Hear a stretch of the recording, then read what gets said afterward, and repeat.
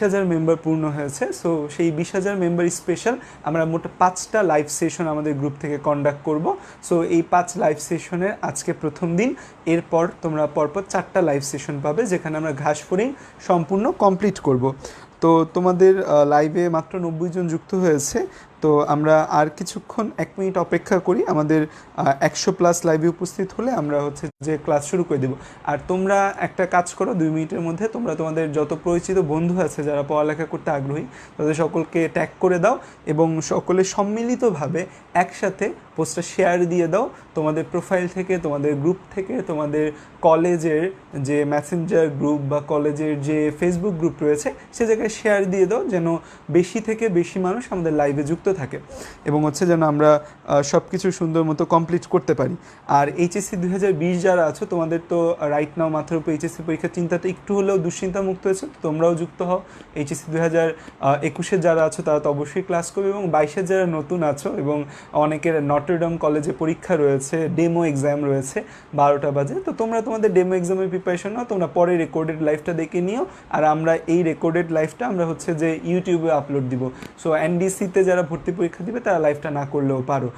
আর অন্যান্য যারা ফ্রি আছো চলো সবাই মিলে আমরা লাইভটা স্টার্ট করি। ওকে, তো আজকে আমাদের যে পড়ার টপিক সেটা হচ্ছে ঘাস ফড়িংয়ের ডাইজেস্টিভ সিস্টেম বা ঘাস ফড়িংয়ের পৌষ্টিকতন্ত্র নিয়ে আমরা পড়ালেখা করব। সো আজকে আমাদের পড়ার টপিক হচ্ছে ঘাস ফড়িংয়ের পৌষ্টিকতন্ত্র। এখানে ঘাস ফড়িংয়ের একটা পৌষ্টিকতন্ত্রের ছবি আঁকা আছে, আমি যতটুকু আঁকতে পেরেছি, তোমরা অনেকেই অনেক ভালো আঁকতে পারো, তারা একে আমাদের গ্রুপে পোস্ট করবে। তো আমরা স্টার্ট করে দিই আমাদের পড়া এবং হচ্ছে যে দেখো যে আমরা ঘাস ফড়িংয়ের ডাইজেস্টিভ সিস্টেম বা পৌষ্টিকতন্ত্র পড়ার আগে আসলে একটা সিস্টেম বলতে আসলে আমরা কী বুঝি বা একটা তন্ত্র বলতে আমরা কী বুঝি। সিস্টেম মানে হচ্ছে আমাদের কি তন্ত্র, সিস্টেম মানে কি আমাদের তন্ত্র বাংলা ভাষায়। তন্ত্র বলতে আমরা কি বুঝি, যে আমরা জানি যে আমাদের দেহের, মানব দেহ হোক, উদ্ভিদ দেহ হোক, যে কোনো দেহের প্রধান একক কি, মানে একক হচ্ছে কোষ। তো আমরা জানি যে আমাদের কি থাকে, কোষ থাকে এবং অনেকগুলা কোষ মিলিত হয়ে একসাথে যখন একই রকম কাজ করে, অনেকগুলা কোষ একসাথে থেকে একই রকম কাজ করছে, তখন আমরা তাকে কি বলি, তখন তাকে আমরা বলি হচ্ছে টিস্যু বলি। তখন সেই জিনিসগুলোকে আমরা কি বলি, টিস্যু বলি। অনেকগুলো টিস্যু একসাথে থেকে একই রকম কাজ করছে, তখন সেই জিনিসটাকে আমরা কি বলি, তখন সেই জিনিসটাকে আমরা বলি টিস্যুতন্ত্র। তখন সেই জিনিসটাকে আমরা কি বলি, টিস্যুতন্ত্র। অনেকগুলো টিস্যুতন্ত্র মিলে একসাথে একই জায়গায় একই রকম কাজ করছে, তখন সেই জিনিসটাকে আমরা কি বলি, তখন সেই জিনিসটাকে বলি আমরা অঙ্গ বা অর্গান। তারপরে আমরা দেখলাম যে অনেকগুলো অঙ্গ একসাথে থেকে একই রকম কাজ করছে বা একই লক্ষ্য উদ্দেশ্যে তারা কাজ করছে, তখন সেই জিনিসটাকে আমরা কি বলি, তখন সেই জিনিসটাকে আমরা বলি তন্ত্র বা সিস্টেম।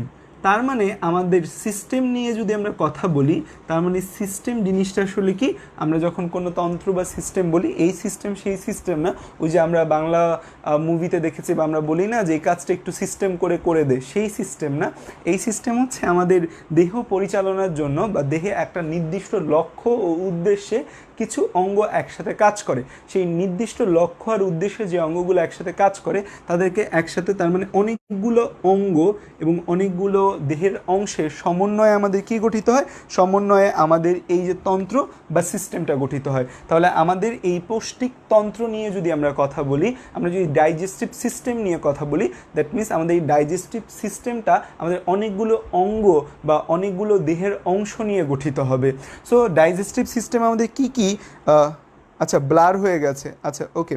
শোনো, মাঝে মাঝে দেখা যায় কি, আমরা ক্লাসটা যেহেতু ফেসবুক লাইভ থেকে নিচ্ছি, তো ফেসবুক লাইভের মাঝে মাঝে একটা প্রবলেম হয়, ওরা নিজেরা ফোকাসটা নষ্ট করে দেয় মাঝে মাঝে। সো এরকম যদি হচ্ছে মাঝে মাঝে ফোকাস নষ্ট হয়ে যায়, আমি সেটা ঠিক করে দিব, কিছুক্ষণের মধ্যে ঠিক হয়ে যাবে। হ্যাঁ, তোমরা যারা আছো টেনশন নিও না, আমাদের ফোকাসটা ঘোলা হয়ে গেছে, এটা কিছুক্ষণের মধ্যে ঠিক হয়ে যাচ্ছে। হ্যাঁ, ঠিক হয়ে গেছে, ঠিক হয়ে গেছে।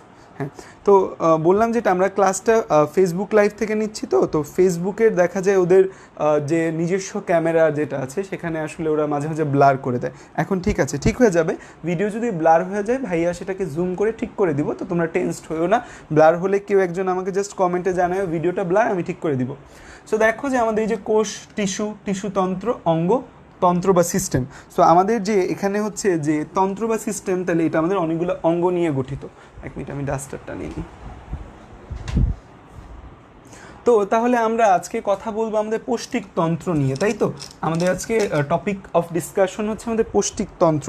তো আমরা আজকে কথা বলবো পৌষ্টিকতন্ত্র নিয়ে। সো পৌষ্টিকতন্ত্র বা ডাইজেস্টিভ সিস্টেম নিয়ে যখন আমরা কথা বলবো, তার মানে আমি অলরেডি আমার একটা বেসিক ক্লিয়ার করে এসেছি। তার মানে পৌষ্টিকতন্ত্র আমাদের অনেকগুলো অর্গান নিয়ে গঠিত হবে। তো আমাদের বডিতে দেখা যায় যে কোনো স্ট্যান্ডার্ড তন্ত্র বা সিস্টেম দুইটা জিনিস নিয়ে গঠিত থাকে। একটা হচ্ছে যে কিছু অঙ্গ থাকে তাদের সাথে, আর কিছু গ্রন্থি থাকে তাদের সাথে। সো কিছু অঙ্গ, কিছু গ্রন্থি বা অনেকগুলো অঙ্গ মিলে আমাদের আসলে তন্ত্রটা গঠিত হয়। তার মধ্যে আমাদের পৌষ্টিকতন্ত্র বা ডাইজেস্টিভ সিস্টেমের মধ্যে, যেহেতু আমাদের এখানে খাবার হজমের সাথে জড়িত, ডাইজেস্টিভ সিস্টেম মানে কি, এটা আমাদের খাবার হজমের সাথে জড়িত। তার মানে কিছু অঙ্গ থাকবে যেগুলো খাবারগুলোকে পরিবহন করতে সাহায্য করবে, খাবারগুলোকে ধারণ করে থাকবে, আর কিছু অঙ্গ থাকবে যারা আমাদের কিছু এনজাইম বা কিছু রস ক্ষরণ করবে, যেগুলো আমাদের খাবার হজমে সাহায্য করবে। সো আমাদের পৌষ্টিকতন্ত্রকে তাহলে আমরা দুইটা ভাগে ভাগ করতে পারি, বা পৌষ্টিকতন্ত্রের মধ্যে আমরা দুইটা অংশ দেখতে পারি। একটাকে বলি আমরা পৌষ্টিক নালী, একটাকে আমরা কি বলি, একটাকে আমরা বলি পৌষ্টিক নালী বলি। একটাকে আমরা কি বলি, একটাকে বলি আমরা পৌষ্টিক নালী বলি।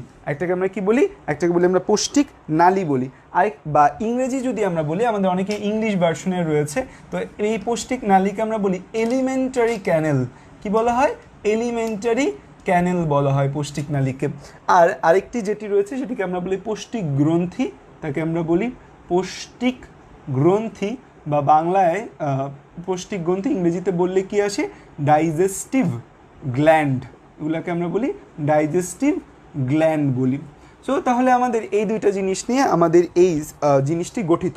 এখন যদি পৌষ্টিক নালী নিয়ে আমরা আলোচনা করি, পৌষ্টিক নালীর মধ্যে আমাদের কি কি রয়েছে সেটা আমাদের একটু মাথায় রাখতে হবে এমসিকিউর জন্য। কারণ দেখো, আমরা বায়োলজি পড়ছি, বায়োলজি পড়ার আমাদের দুইটা উদ্দেশ্য। প্রথম কথা, আমরা বায়োলজিকে জানতে চাই, ভালোভাবে বুঝতে চাই, এবং সৃষ্টিকর্তা মহান আল্লাহ তাআলার যে একটা অসম্ভব সুন্দর সৃষ্টি রয়েছে, সেই সৃষ্টি সম্পর্কে আমরা জানতে চাই। এটা হচ্ছে আমাদের প্রাইমারি উদ্দেশ্য। এবং সেকেন্ডারি উদ্দেশ্য হচ্ছে আমরা এইচএসসি পরীক্ষা এবং অ্যাডমিশন টেস্টে ভালো করতে চাই। এইচএসসি এবং অ্যাডমিশন টেস্টের দুইটা পার্ট, একটা হচ্ছে এইচএসসি পরীক্ষা সিকিউ অ্যান্ড এমসিকিউ। তা আমরা দেখা যায় কি, বায়োলজি বলো, কেমিস্ট্রি বলো, ফিজিক্স বলো, ম্যাথ বলো, আমরা না সিকিউর জন্য জাস্ট পড়ালেখা করি, যে তুমুল পড়ালেখা চলছে আমাদের সিকিউর জন্য। বাট সেখানে এমসিকিউ আমাদের থেকে মানে বঞ্চনার শিকার হয়। এই এমসিকিউ আমাদের থেকে বঞ্চনার শিকার হয় বলে এমসিকিউ আলটিমেটলি আমাদের এইচএসসি পরীক্ষাও ধরা দিয়ে দেয়, যে বলে যে তুই আমাকে ভালোবাসিস নেই, তোকে আমি ভালোবাসা দিব না। সো এমসিকিউ আমাদের হচ্ছে এইচএসসিতেও খারাপ হয়, বাট অ্যাডমিশন টেস্টও গিয়ে খারাপ হয়। সো দ্যাটস ওয়াই অবশ্যই সিকিউর সাথে এমসিকিউটা আমাদের মাথায় রাখতে হবে। এখন দেখো যে আমাদের এই যে পৌষ্টিকতন্ত্র বা ডাইজেস্টিভ সিস্টেমের মধ্যে আমরা এই পৌষ্টিক নালীর মধ্যে তিনটা অংশ দেখতে পাই। একটাকে বলি আমরা স্টমোডিয়াম, একটাকে আমরা কি বলি, স্টমোডিয়াম। দুই নম্বর যে অংশ তাকে আমরা বলি মেসেন্টেরন। তিন নম্বর যে অংশ রয়েছে সেটাকে আমরা বলি প্রোক্টোডিয়াম। প্রত্যেকটা ইংরেজি টার্ম, প্রোক্টোডিয়াম, ঠিক আছে? তো তাহলে আমাদের তিনটা অংশ রয়েছে, একটা হচ্ছে স্টমোডিয়াম, একটা হচ্ছে মেসেন্টেরন, আর একটা হচ্ছে প্রোক্টোডিয়াম। স্টমোডিয়াম, mesenteron, proctodaeum. তো পরীক্ষার মধ্যে তোমার প্রশ্ন কিভাবে আসে মেডিকেল অ্যাডমিশন টেস্টে? তোমার এই তিনটা প্রশ্ন থেকে তোমার পরীক্ষার মেডিকেল অ্যাডমিশন টেস্টে একটা প্রশ্ন দিতে পারে যে নিচের কোনটি ঘাসফড়িংয়ের পৌষ্টিক নালীর অংশ নয়। অপশনে কি দিল? অপশনে দিল স্টমোডিয়াম, মেসেন্টেরন, প্রোক্টোডিয়াম, তারপর হচ্ছে দিল ধরো তোমাকে স্টমোডিয়াম, মেসেন্টেরন, প্রোক্টোডিয়াম, আরেকটা দিল ধরো তোমাকে কি দিতে পারে, এই তিনটা যেহেতু অপশনে আছে স্টমোডিয়াম, মেসেন্টেরন, প্রোক্টোডিয়াম, এর সাথে আরেকটা যে কোনো অপশন যুক্ত করতে পারে। তো স্টমোডিয়াম, মেসেন্টেরন, প্রোক্টোডিয়াম, মালপিজিয়ান নালিকা। এখন তোমরা আমাকে কমেন্টে জানাও যে কোনটা ঘাসফড়িংয়ের পৌষ্টিকতন্ত্রের অংশ নয়। স্টমোডিয়াম, মেসেন্টেরন, প্রোক্টোডিয়াম, মালপিজিয়ান নালিকা, চারটা জিনিস তোমাকে অপশনে দিয়ে বললো যে কোনটা ঘাসফড়িংয়ের পৌষ্টিক নালীর অংশ নয়। আসো স্টমোডিয়াম নামটা ভাঙাই, তোমরা আমাকে কমেন্টে জানাও, আমি এই জিনিসটাকে ভাঙাই। স্টমোডিয়াম,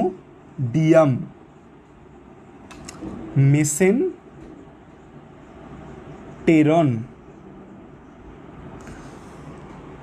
কোন চ্যাপ্টারে ক্লাস হচ্ছে একজন জিজ্ঞাসা করছে। রনি আহমেদ, দেখতেই পাচ্ছ না, ঘাসফড়িং নিয়ে পড়ালেখা করছি। তো ঘাসফড়িং হচ্ছে প্রাণীর পরিচিতির একটা অধ্যায়। প্রোক্টোডিয়াম, মালপিজিয়ান টিবিউল না। স্টমোডিয়াম কথাটা এসে স্টমোডিয়াম, এগুলার আবার এক্সট্রা নামও আছে সাথে, ঠিক আছে, এগুলার আবার সাথে এক্সট্রা নামও আছে, আমাদের এক্সট্রা নামগুলোও এদের জানতে হবে। স্ট্রমোডিয়াম যেটা, এটাকে আমরা অগ্রপ্রষ্টিক নালীও বলি। স্ট্রমোডিয়াম, আচ্ছা এটাকে একটু ভাঙায় নিই দাঁড়াও আগে। স্ট্রমোডিয়াম এটাকে আমরা আরেকটা নামে ডাকি, সেটাকে বলি অগ্রপৌষ্টিক নালী। এটাকে আমরা কি বলি? তাহলে এই তিনটা হচ্ছে আমাদের পৌষ্টিক নালী। তো ধরো এই তিনটা এরকম একটা লম্বা পৌষ্টিক নালী তুমি চিন্তা করো। তো এটা একটা ভাগ, এটা একটা ভাগ। হ্যাঁ, তোমরাও কমেন্টে জানাচ্ছ মালপেজিয়ান নালিকা বা মালপেজিয়ান টিবিউল। তোমরা একবারেই সঠিক যে মালপেজিয়ান টিবিউল আমাদের পৌষ্টিক নালীর অংশ নেই, এরকম না দিয়ে আমাদের মেডিকেলে প্রশ্ন আসে। তো তাহলে দেখো আমাদের এইটা পৌষ্টিক নালী, এটাকে আমরা কি বলছি? এটা আমাদের পৌষ্টিক নালী। এটাকে আমরা কি বলছি? পৌষ্টিক নালী বা এলিমেন্টারি ক্যানেল। সো এই পৌষ্টিক নালীর আমি তিনটা অংশ ভাগ করছি। তাহলে এটাকে কি বলবো? অগ্র, এটাকে আমরা বলবো মধ্য, এটাকে বলবো আমরা পশ্চাৎ পৌষ্টিক নালী, তাই তো? আমাদের বইয়ের মধ্যে এই তিনটা অংশের নাম বলা আছে, যে এটাকে বলা হচ্ছে স্ট্রমোডিয়াম, এটাকে কি বলেছি? স্ট্রমোডিয়াম। এটাকে বলেছে মেসেন্টেরন। আমি ছোট করে লিখছি কারণ অলরেডি বড় করে ইংরেজিটা লিখেছি আমি উপরে। আর এটাকে বলছি প্রোক্টোডিয়াম। সো এই যে তিনটা অংশ রয়েছে, তিনটা অংশকে আমরা এই অগ্র মধ্য পশ্চাৎও বলতে পারি, কারণ কি এটা সামনে রয়েছে, এটা মাঝখানে রয়েছে, এটা পেছনে রয়েছে, অগ্র মধ্য পশ্চাৎ বলতে পারি। সো অগ্র মধ্য পশ্চাৎ পৌষ্টিক নালীও আমরা একে বলতে পারি। এখন এছাড়াও আরেকটা ইংরেজি আছে আমাদের এখানে যেটা ব্যবহৃত হয়েছে, এবং এই ইংরেজিটা আমরা কমনলি স্কেপ করে যাই। তো আমাদের প্রশ্নের মধ্যে দেখা যায় এই ইংরেজিটাও দিয়ে দেয়। সো এই ইংরেজিটা আমরা হচ্ছে কমনলি স্কেপ করে যাই, যে এই যে আমাদের পৌষ্টিক নালী রয়েছে না, এই পৌষ্টিক নালীকে আমরা গাটও বলি। পৌষ্টিক নালীকে আমরা আরেকটা টার্মেও উচ্চারণ করি, সেটাকে আমরা কি বলি?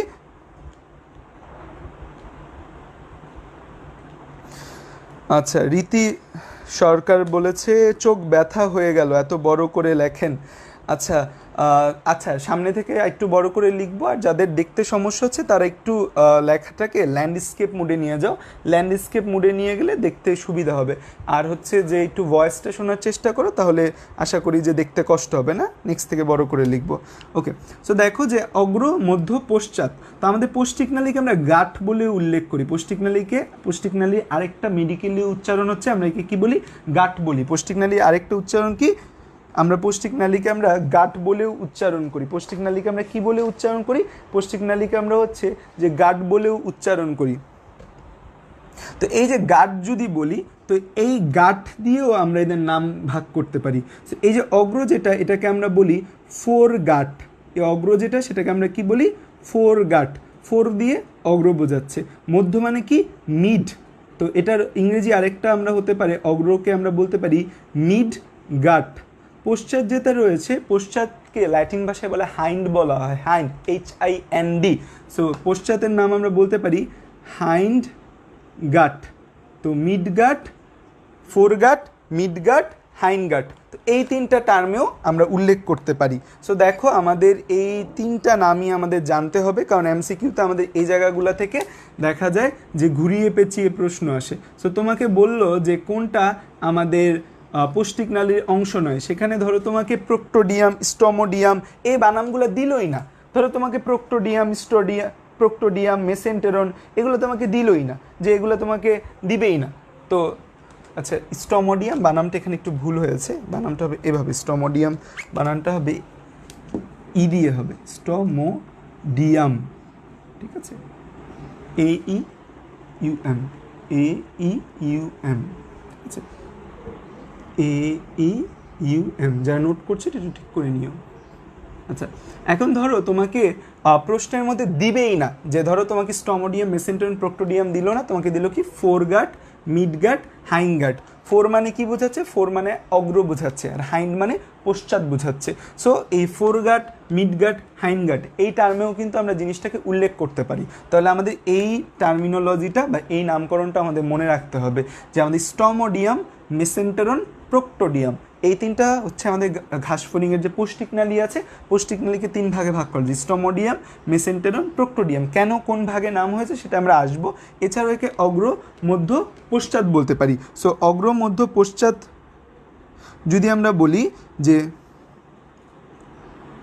ঠিক করে দিয়েছি, সৌম্যবালা যে ঠিক করে দিয়েছে বানামটা, ডিয়াম বানামটা AUM দিয়ে হবে, AEUM দ্বারা হবে, ঠিক আছে। সো এই তিনটা টার্ম আমাদের মনে রাখতে হবে। এবার আসো আমরা সামনের দিকে যাই, যে ওকে আচ্ছা, লাইট ফোকাস, লাইট বেড়ে কমে যায়, কারণ হচ্ছে যে এই বললাম ওইখানে লাইট লাগায় রাখছি, এই আমাদের ফেসবুকের ক্যামেরা ভালো না। আমি নর্মালি ক্যামেরা ফাই দিয়ে লাইভে আসি, বাট দেখা যায় 2-3 ধরে নেট কানেকশন প্রবলেমের কারণে ক্যামেরা ফাই হচ্ছে প্রবলেম করছে। দেখো স্টমোডিয়াম, স্টমোডিয়াম যে টার্মটা রয়েছে স্টমা, স্টমো, এ কথাটা এসেছে স্টমা থেকে। স্টমা, স্টমা মানে হচ্ছে মুখ, স্টমা মানে কি, স্টমা মানে হচ্ছে মুখ বা চোয়াল। স্টমা মানে কি, স্টমা মানে হচ্ছে মুখ বা চোয়াল। স্টমা মানে কি, স্টমা মানে হচ্ছে মুখ বা চোয়াল। দ্যাট মিনস হচ্ছে আমাদের মুখের আশেপাশে বা মুখের পরপর যে গ্রন্থিগুলো থাকে বা যে নালীগুলো থাকে তাদের আমরা বলি স্টমোডিয়াম। তো দেখা যায় আমাদের ঘাসফড়িংয়ের যে মুখ, যে জায়গা দিয়ে সে খাবারটা গ্রহণ করছে, সেই খাবার গ্রহণ করার পরবর্তী যে চিকন নালিকাগুলো রয়েছে সেগুলোকে আমরা বলি স্টমোডিয়াম। আর মেসেন্টেরন, এই মেসেন্টেরন কথাটা, এই যে মেসেন, মেসেন মানে হচ্ছে মিডল, মেসেন মানে কি, মেসেন মানে হচ্ছে মিডল। আর মেসেন আর এই যে এন্টেরন, মেসেন্টেরনের যে এই এন্টেরন পার্টটা আছে, এই এন্টেরন দিয়ে বোঝায় হচ্ছে গাট বা আমাদের ইন্টেস্টাইন। এই মেসেন মানে মিডল, আর এই এন্টেরন দিয়ে বোঝায় হচ্ছে আমাদের কি ইন্টেস্টাইন বা আমাদের গাট বোঝায়। তো এই মেসেন্টেরন মানে হচ্ছে আমাদের মধ্য পৌষ্টিক নালী। মেসেন্টেরনের মেসেন মানে মিডল, মিডল মানে বোঝায় মধ্য পৌষ্টিক নালী, মধ্য পৌষ্টিক নালী, মধ্য পৌষ্টিক নালী। এখন এই যে আমাদের প্রোক্টোডিয়াম, প্রোক্টোডিয়াম, এখন প্রো মানে আমরা তো জানি হচ্ছে আদি বা আগে, প্রোক্টোডিয়াম। কিন্তু এই ঘাসফড়িংয়ের ক্ষেত্রে মনে রাখবা, ঘাসফড়িংয়ের ক্ষেত্রে প্রোক্টোডিয়াম নামটা দিয়ে আমাদের কিন্তু আদি বোঝাচ্ছে না। ঘাসফড়িংয়ে যে প্রোক্টোডিয়াম আছে, এই ঘাসফড়িংয়ের প্রোক্টোডিয়াম মানে কিন্তু পশ্চাৎ পৌষ্টিক নালী। নর্মালি আমরা শিখে আসি যে প্রোক্টোডিয়াম, প্রো মানে আগে, প্রো মানে আদি, প্রো মানে আগে, প্রো মানে আদি। বাট এখানে যে ঘাসফড়িংয়ের প্রোক্টোডিয়াম আছে, এই ঘাসফড়িংয়ের প্রোক্টোডিয়ামটা কিন্তু পেছনের অংশ তৈরি করছে। পৌষ্টিক নালী যে রয়েছে, পৌষ্টিক নালীর পেছনের অংশ তৈরি করছে কে, এই প্রোক্টোডিয়াম তৈরি করছে।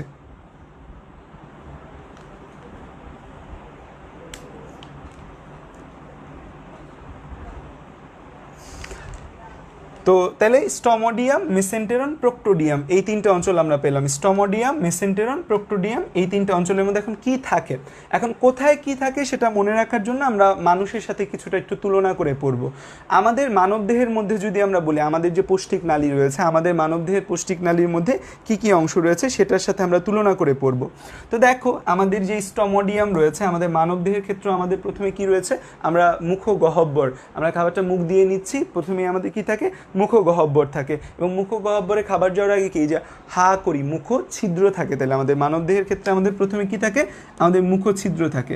মুখছিদ্র থাকার পর আমরা জায়গাটাকে মুখগহ্বর বলি, সেই গহ্বরের মধ্যে ওরা যায় না বা গহ্বরের ঝামেলার মধ্যে যায় না। তো আমাদের মুখছিদ্র, মুখগহ্বর, তারপর আমাদের যে অংশটা, সেই অংশটার নাম প্রথমে যে যাকে, তাকে বলে আমরা গলবিল বা ফ্যারিংস বলি। এই ছবিটা এখানে এঁকে রাখায় মানবদেহের জিনিসটা দেখাতে পারছি না। কি বলি আমরা গলবিল বা ফ্যারিংস বলি। কি বলি, গলবিল বা ফ্যারিংস বলি। তো এদেরও মুখছিদ্রের পরবর্তী যে অংশ তার নাম হচ্ছে গলবিল। মুখছিদ্রের পরবর্তী অংশের নাম কি, গলবিল, বা ইংরেজি কি, ইংরেজি হচ্ছে ফ্যারিংস। মুখছিদ্র, গলবিল বা ফ্যারিংস। তারপরে যে অংশটা রয়েছে তাকে আমরা বলি, আমাদেরও যে গলবিল রয়েছে, আমরা যদি মানবদেহের কথা চিন্তা করি, এখানে একটু ছবি এঁকে দেখার চেষ্টা করি, যে আমরা যদি মানুষের কথা চিন্তা করি, যে আমাদের মানবদেহের ক্ষেত্রেও আমাদের প্রথমে এই দুই পাশে দুইটা নালী থাকে, এরকম দুইটা নালী থাকে আমাদের। এই নালীটাকে আমরা বলি অন্ন নালী বলি, অন্ন নালী, বা যেটাকে আমরা বলি ইসোফেগাস, ইসোফেগাস। আর এপাশে এটা থাকে ট্রাকিয়া। এই অন্ননালী, ইসোফেগাস, আর এপাশে থাকে ট্রাকিয়া। আর এই অন্ননালীর উপরের যে অংশটা থাকে, উপরে যে নালীটা থাকে, এই উপরের নালীটাকে আমরা বলি কি, এই নালীটা হচ্ছে আমাদের ফ্যারিংস, ফ্যারিংস। আর এখানে যেটা থাকে, এই ট্রাকিয়ার উপরে যে অংশটা থাকে, কার্টিলেজেনিয়াস, এটাকে আমরা কি বলি, এটাকে আমরা বলি ল্যারিংস বলি। তো মানুষের মধ্যে আমরা যেমন দুইটা অংশ দেখতে পাই, একটাকে বলি আমরা ফ্যারিংস বা গলবিল।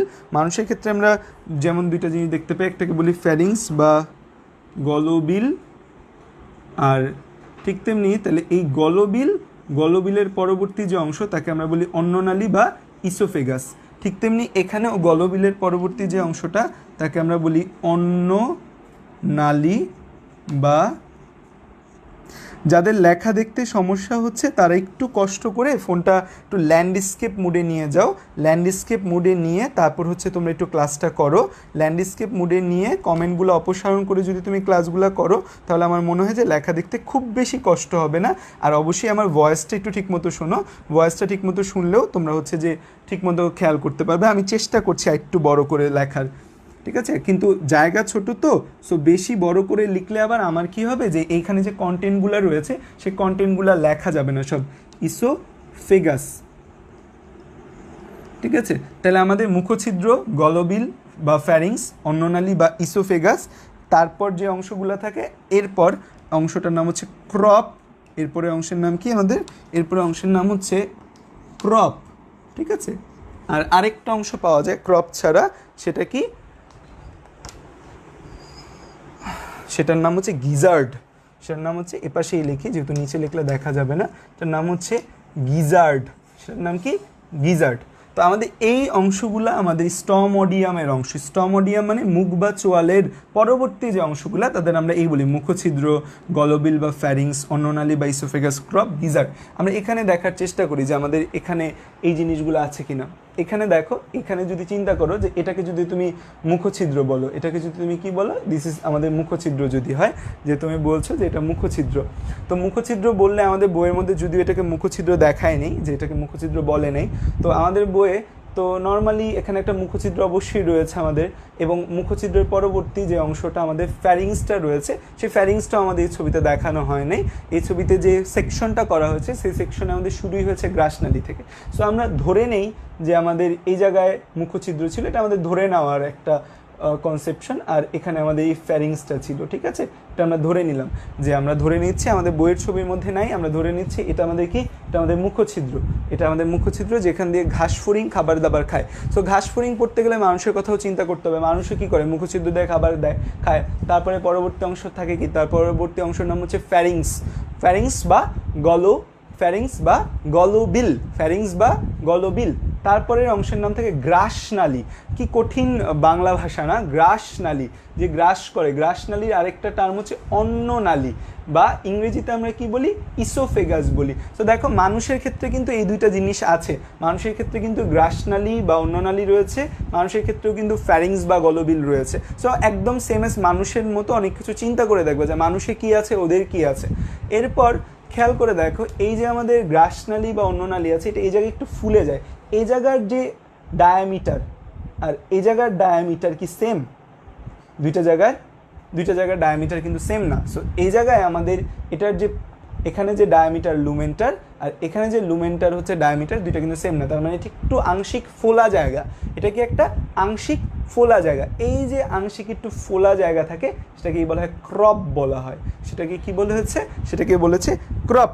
সেটাকে কি বলা হয়েছে? সেটাকে বলা হয়েছে ক্রপ বলা হয়। এই আংশিক যে ফোলা জায়গাটা থাকে সেটাকে বলা হয় ক্রপ বলে। তুমি চিন্তা করে দেখো, আমরা যে মানুষটা রয়েছে, আমরা যে খাবার দাবার খাই, আমাদের খাবার দাবার খাওয়ার পরও কিন্তু আমাদের খাবার এই গলবিল, অন্ননালী এই দুইটা হয়ে নেমে এখানে একটা বিশাল বড় অঙ্গের মধ্যে যায়। এই যে বিশাল বড় একটা যে ফোলা জায়গা রয়েছে সেটার নাম কি আমরা বলি স্টমাক বলি।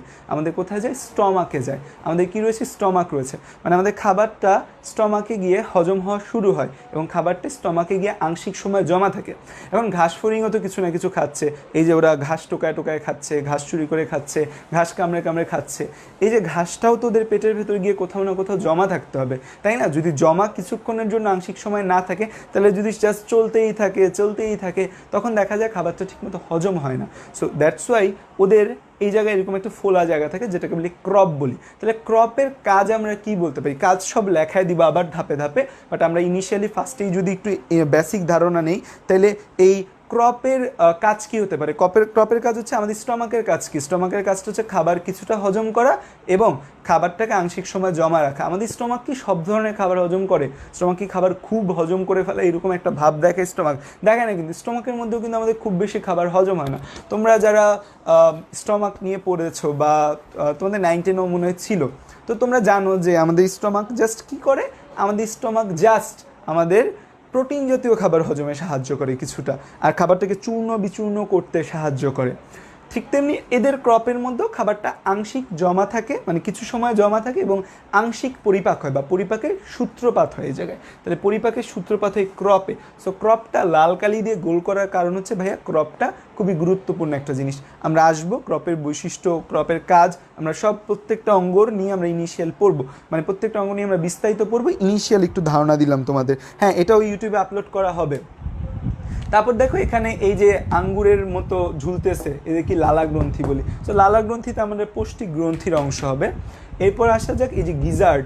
গিজার্ড হচ্ছে আমাদের আরেকটা অংশ, যে দেখো যে আমাদের খাবার হজম করার জন্য আমাদের স্টমাক রয়েছে, আমাদের ইন্টেস্টাইন রয়েছে, যেগুলো খুবই স্ট্রং অর্গান, যে আমাদের খুবই স্ট্রংলি তারা কাজ করে। আমাদের স্টমাকের মধ্যে একবার খাবার গেলে স্টমাক সেই খাবারকে চিপ্পা মেরা ফেলে, যে একদম সংকোচন, এরকম সংকোচিত হয়। আমাকে একটু কমেন্টে জানাতে পারবা তোমরা যে আমাদের পাকস্থলীর সংকোচনকে আমরা কি বলি? পাকস্থলীর যে স্মুথ মাসেল রয়েছে, স্মুথ মাসেল মানে মসৃণ পেশি, আমাদের দেহের ভেতরে যে পেশিগুলো থাকে সবই মসৃণ পেশি, দুইটা ছাড়া। সেই দুইটার উত্তরও আমি তোমাদের থেকে নিব। সো আমরা এই যে পাকস্থলী খাবারে যায়, পাকস্থলী খাবার যাওয়ার পর পাকস্থলী এভাবে সংকুচিত হয়। পাকস্থলীর সংকোচনকে আমরা কি বলি? আমাদের যে পাকস্থলী যে সংকোচন, এই সংকোচনকে আমরা কি বলি? ঠিক আছে, তো দেখো যে আমাদের এই হেপাটিক সিকা, আমাদের এই যে হেপাটিক গিজার্ড, তো ওদের এরকম একটা স্ট্রং অর্গান দরকার, যে আমাদের পাকস্থলী খুবই স্ট্রং একটা অর্গান রয়েছে। এই পাকস্থলী আমাদের খুবই স্ট্রংলি কাজ করে, একদম সংকুচিত করে খাবারটাকে, সংকোচনের মাধ্যমে তাদের খাবারটাকে একদম হচ্ছে যে মন্ডে পরিণত করে ফেলে, যে একদম খাবারটাকে, যে কঠিন খাবারগুলো ছিল, যে শক্ত খাবার ছিল যেগুলা, বা যেগুলা রাসায়নিকভাবে গঠন খুব জটিল ছিল, ভৌত গঠন খুব জটিল ছিল, সেগুলোকে একদম চাপা দিয়ে চ্যাপ্টা বানিয়ে ফেলে। সো এই যে গিজার্ডেরও কাজ হচ্ছে পাকস্থলীর মতো, এর হচ্ছে চ্যাপ্টা বানানোর কাজ। ও হচ্ছে যে খাবার যা আসবে সেই খাবারকে চ্যাপ্টা বানানোর কাজে দিবে, একদম চিপে চিপে চিপে সে খাবারটাকে চ্যাপ্টা করবে। সো গিজার্ডের কাজও আমরা পড়বো। সো এই যে অংশগুলো আছে, এই অংশগুলোকে আমরা কি বলি? এগুলো হচ্ছে আমাদের স্টমোডিয়ামের পার্ট। সো স্টমোডিয়ামের পার্ট আমাদের কী কী, এটা আমাদের মনে রাখতে হবে। তো পরীক্ষার মধ্যে গেলে আমরা না এগুলো ভুলে যাই যে স্টমোডিয়ামের পার্ট কী কী। সো স্টমোডিয়ামের পার্ট কী কী এটা মনে রাখার জন্য আমরা কোনো ছন্দটন্দ এখানে আপাতত মনে রাখবো না, কারণ এখানে ছন্দটন্দ যদি আমরা সব কিছু ছন্দ দিয়ে মনে রাখি তাহলে একটা বিপদ। তারপর আসা যাক স্টমোডিয়ামের কী কী আছে আমরা জানলাম। এরপর আসা যাক আমাদের মেসেন্টেরন, যেটা আমাদের মিডল পার্ট, বা এটার আরেকটা নাম আমরা অলরেডি জেনে গেছি। এটাকে আমরা কি বলি? এটাকে আমরা বলি মিড গার্ড বলি। কি বলি? মিড গার্ড বলি। এটার আরেকটা কিউট নাম আছে, এটার আরেকটা কিউট নাম হচ্ছে কি আমরা স্টমাকও বলতে পারি। কি আমরা কি বলতে পারি? স্টমাকও বলতে পারি। যে আমাদের মানবদেহে যে স্টমাক রয়েছে, এটা অনেকটা সেই স্টমাকের মতো কাজ করে, বা একে আমরা স্টমাক বা পাকস্থলীও বলতে পারি। তাহলে আমি তোমাদের একটু আগে বললাম যে গিজার্ড হচ্ছে একটা পাকস্থলী, ক্রপ একটা পাকস্থলীর মতো খাবার কিছু সময় আংশিক জমা রাখে, গিজার্ড হচ্ছে যে পাকস্থলীর মতো স্ট্রং একটা অর্গানের কাজ করে। আবার এখানে বলা আছে মেসেন্টেরন আমাদের একটা পাকস্থলী। তাহলে ভাইয়া পাকস্থলী আসলে কোনটা? আপনি তো বললেন যে ক্রপও পাকস্থলীর মতো কাজ করে, গিজার্ডও পাকস্থলীর মতো কাজ করে, আবার মেসেন্টেরনও পাকস্থলীর মতো কাজ করে। খেয়াল করো যে আমাদের এই যে গ্রাসনালী, অন্ননালী, গ্রাসনালী বা অন্ননালী যে রয়েছে, ইসোফেগার পরবর্তী এই ক্রপ, গিজার্ড, মেসেন্টেরন, এই যে অংশটা আছে, এই অংশের আগে চিন্তা করে দেখো, এই যে আমি এইখান থেকে এই পর্যন্ত, এই যে আমি অংশটা ডট ডট দিলাম, এই যে এখান থেকে এই পর্যন্ত, এই পুরা জায়গাটা কিন্তু প্রশস্ত, পুরা জায়গাটা প্রশস্ত, এই পুরা জায়গাটা কিন্তু প্রশস্ত, এখান থেকে শুরু করে এই পর্যন্ত জায়গাটা প্রশস্ত। এই জায়গাটা চিন্তা করে দেখো, এই জায়গাটাও সরু, এর পরবর্তী যে অংশগুলো আছে এই জায়গাটাও সরু। সো এইখান থেকে শুরু করে এই পর্যন্ত পুরা জায়গাটা প্রশস্ত। তো আমাদের খাবার হজম করার জন্য বা খাবারটাকে ইনিশিয়াল একটা মাইট দেওয়ার জন্য যে না ওরে আমি একদম হজমে বিশাল একটা কাজ করে ফেলবো, সো এরকম খাবারটাকে হজম করার জন্য, খাবারটাকে মথার জন্য, খাবারটাকে পেস্টে পরিণত করার জন্য আমাদের একটু প্রশস্ত জায়গা প্রয়োজন হয়। কী জায়গা প্রয়োজন হয়? প্রশস্ত জায়গা প্রয়োজন হয়। সরু জায়গা দিয়ে যখন যাবে না তখন কি হবে, তখন আমাদের পরিপাকটা হবে না, তখন সেই জায়গা থেকে মেনলি শোষণের কাজগুলো চলবে, বজ্র নিষ্কাশনের কাজ চলবে সরু জায়গা দিয়ে গেলে। সো এখান দিয়ে আমার একটু প্রশস্ত জায়গা প্রয়োজন হয়। কী জায়গা প্রয়োজন হয়? প্রশস্ত জায়গা প্রয়োজন হয়। সো এই ক্রপ, গিজার্ড, আমাদের এরপর মেসেন্টেরিয়ন, এই তিনোটা জায়গার কাজই হচ্ছে আমাদের কি করা, তিনোটা জায়গার কাজই হচ্ছে আমাদের খাবারটাকে পুরোপুরি হজম, পরিপাক করার কাজে হেল্প করা। এখন তাইলে আমাদের স্পেসিফিকভাবে মেসেন্টেরনকে কেন স্টমাক বলা হয়েছে, বাকি জায়গাগুলোকে কেন স্টমাক বলা হয়নি? জাস্ট মেসেন্টেরনকে আমরা কেন বললাম যে মেসেন্টেরনটা হচ্ছে আমাদের একটা স্টমাক? কেন আমরা বললাম মেসেন্টেরনটা একটা স্টমাক? যে আমরা কেন বললাম যে এই মেসেন্টেরন একটা স্টমাক? কারণ হচ্ছে যে স্টমাক হইতে গেলে, যে আমরা বলছি যে ক্রপ স্টমাকের মতো কাজ করে, গিজার্ড স্টমাকের মতো কাজ করে, বাট ট্রু স্টমাক যদি হতে চাও তুমি, যে তুমি ট্রু স্টমাক হবা, তুমি একদম ট্রু স্টমাকের মতো কাজ করবে, তাহলে কিন্তু তোমার অবশ্যই এনজাইম থাকা প্রয়োজন হবে, যে এনজাইমগুলো খাবারকে হজম করবে। এমন না খাবারের হজমের সূত্রপাত করবে। ক্রপের মধ্যে খাবার হজমের সূত্রপাত হয়, কারণ কি ক্রপের দুই পাশে কি আছে? ক্রপের দুই পাশে লালা গ্রন্থি আছে। ক্রপের দুই পাশে কি আছে? লালা গ্রন্থি আছে। এই লালা গ্রন্থি থেকে এই জায়গাগুলোয় আমাদের কিছু কি যাবে, এই ফেসবুক লাথি মেরে বের করে দেয়। হ্যাঁ, ফেসবুকে রিসেন্টলি কিছু রোগ হয়েছে, লাইভ দেখতে নিলে ফেসবুক ঠাম করে কিক আউট করে বের করে দেয়। আবার হচ্ছে যে তোমার অটো রিয়্যাক্ট দেয়। আমি তো হচ্ছে ভয় পেয়ে গেছিলাম। আমি কিছুদিন আগে ওদের ক্লাস নেওয়ার সময়, আমার প্রাইভেট ব্যাচগুলোয় ক্লাস নেওয়ার সময়, তো এরকম মোবাইলে কমেন্ট দেখতেছি। কমেন্ট দেখতে দেখতে দেখি কি যে অটো রিয়্যাক্ট হচ্ছে, ধুম ধুম ধুম ধুম ধুম ধুম। আমি যখন ভালো ভালো কথা বলতেছি তখন লাভ রিয়্যাক্ট দিচ্ছে, আমি যখন হচ্ছে দুঃখের কথা বলতেছি তখন স্যাড রিয়্যাক্ট দিচ্ছে, আমি যখন হচ্ছে হাসির কথা বলতেছি তো হা হা দিচ্ছে। তা আমি তো ভয় পেয়ে গেলাম, কি হইলো, আমার আইডি হ্যাক হইলো নাকি? যে আমি এক জায়গা দিয়ে হচ্ছে যে পড়াচ্ছি, কিন্তু ওইখান দিয়ে তোমাদের আবার অটো রিয়্যাক্ট হচ্ছে, তাহলে কি হচ্ছে যে আমার আইডি হ্যাকট্যাক হয়ে গেল। তারপর তো 2-3 দিন পাসওয়ার্ড চেঞ্জ করে অনেক চেষ্টা করলাম যে কি হইলো, যে না আসলেই কি কোনো আমার আইডি হ্যাক হয়ে গেল নাকি। পরে দেখি যে না, এ তো আইডি হ্যাকের ঝামেলা না, এ হচ্ছে যে ফেসবুকের নতুন বায়ুদশা হয়েছে যে তারা অটো রিয়্যাক্ট দিতে থাকে, যে নিজেই অটো রিয়্যাক্ট দেয়। মার্ক জাকারবার্গ হচ্ছে যে এআই ইউজ করতেছে, মোস্ট প্রবলি আর্টিফিশিয়াল ইন্টেলিজেন্স দিয়ে, যে মানে কেমন কথাবার্তা হচ্ছে সে অনুযায়ী অটো রিয়েক্ট দেওয়া শুরু করে। এই চিত্রটা কি এইচএসসির জন্য লাগবে কিনা জিজ্ঞাসা করেছে আমাদের পান্থ জিজ্ঞাসা করেছে। হ্যাঁ, এই চিত্রটা এইচএসসির জন্য ইম্পর্টেন্ট, এখান থেকে প্রশ্ন আসে এইচএসসিতে, তো এটা ইম্পর্টেন্ট।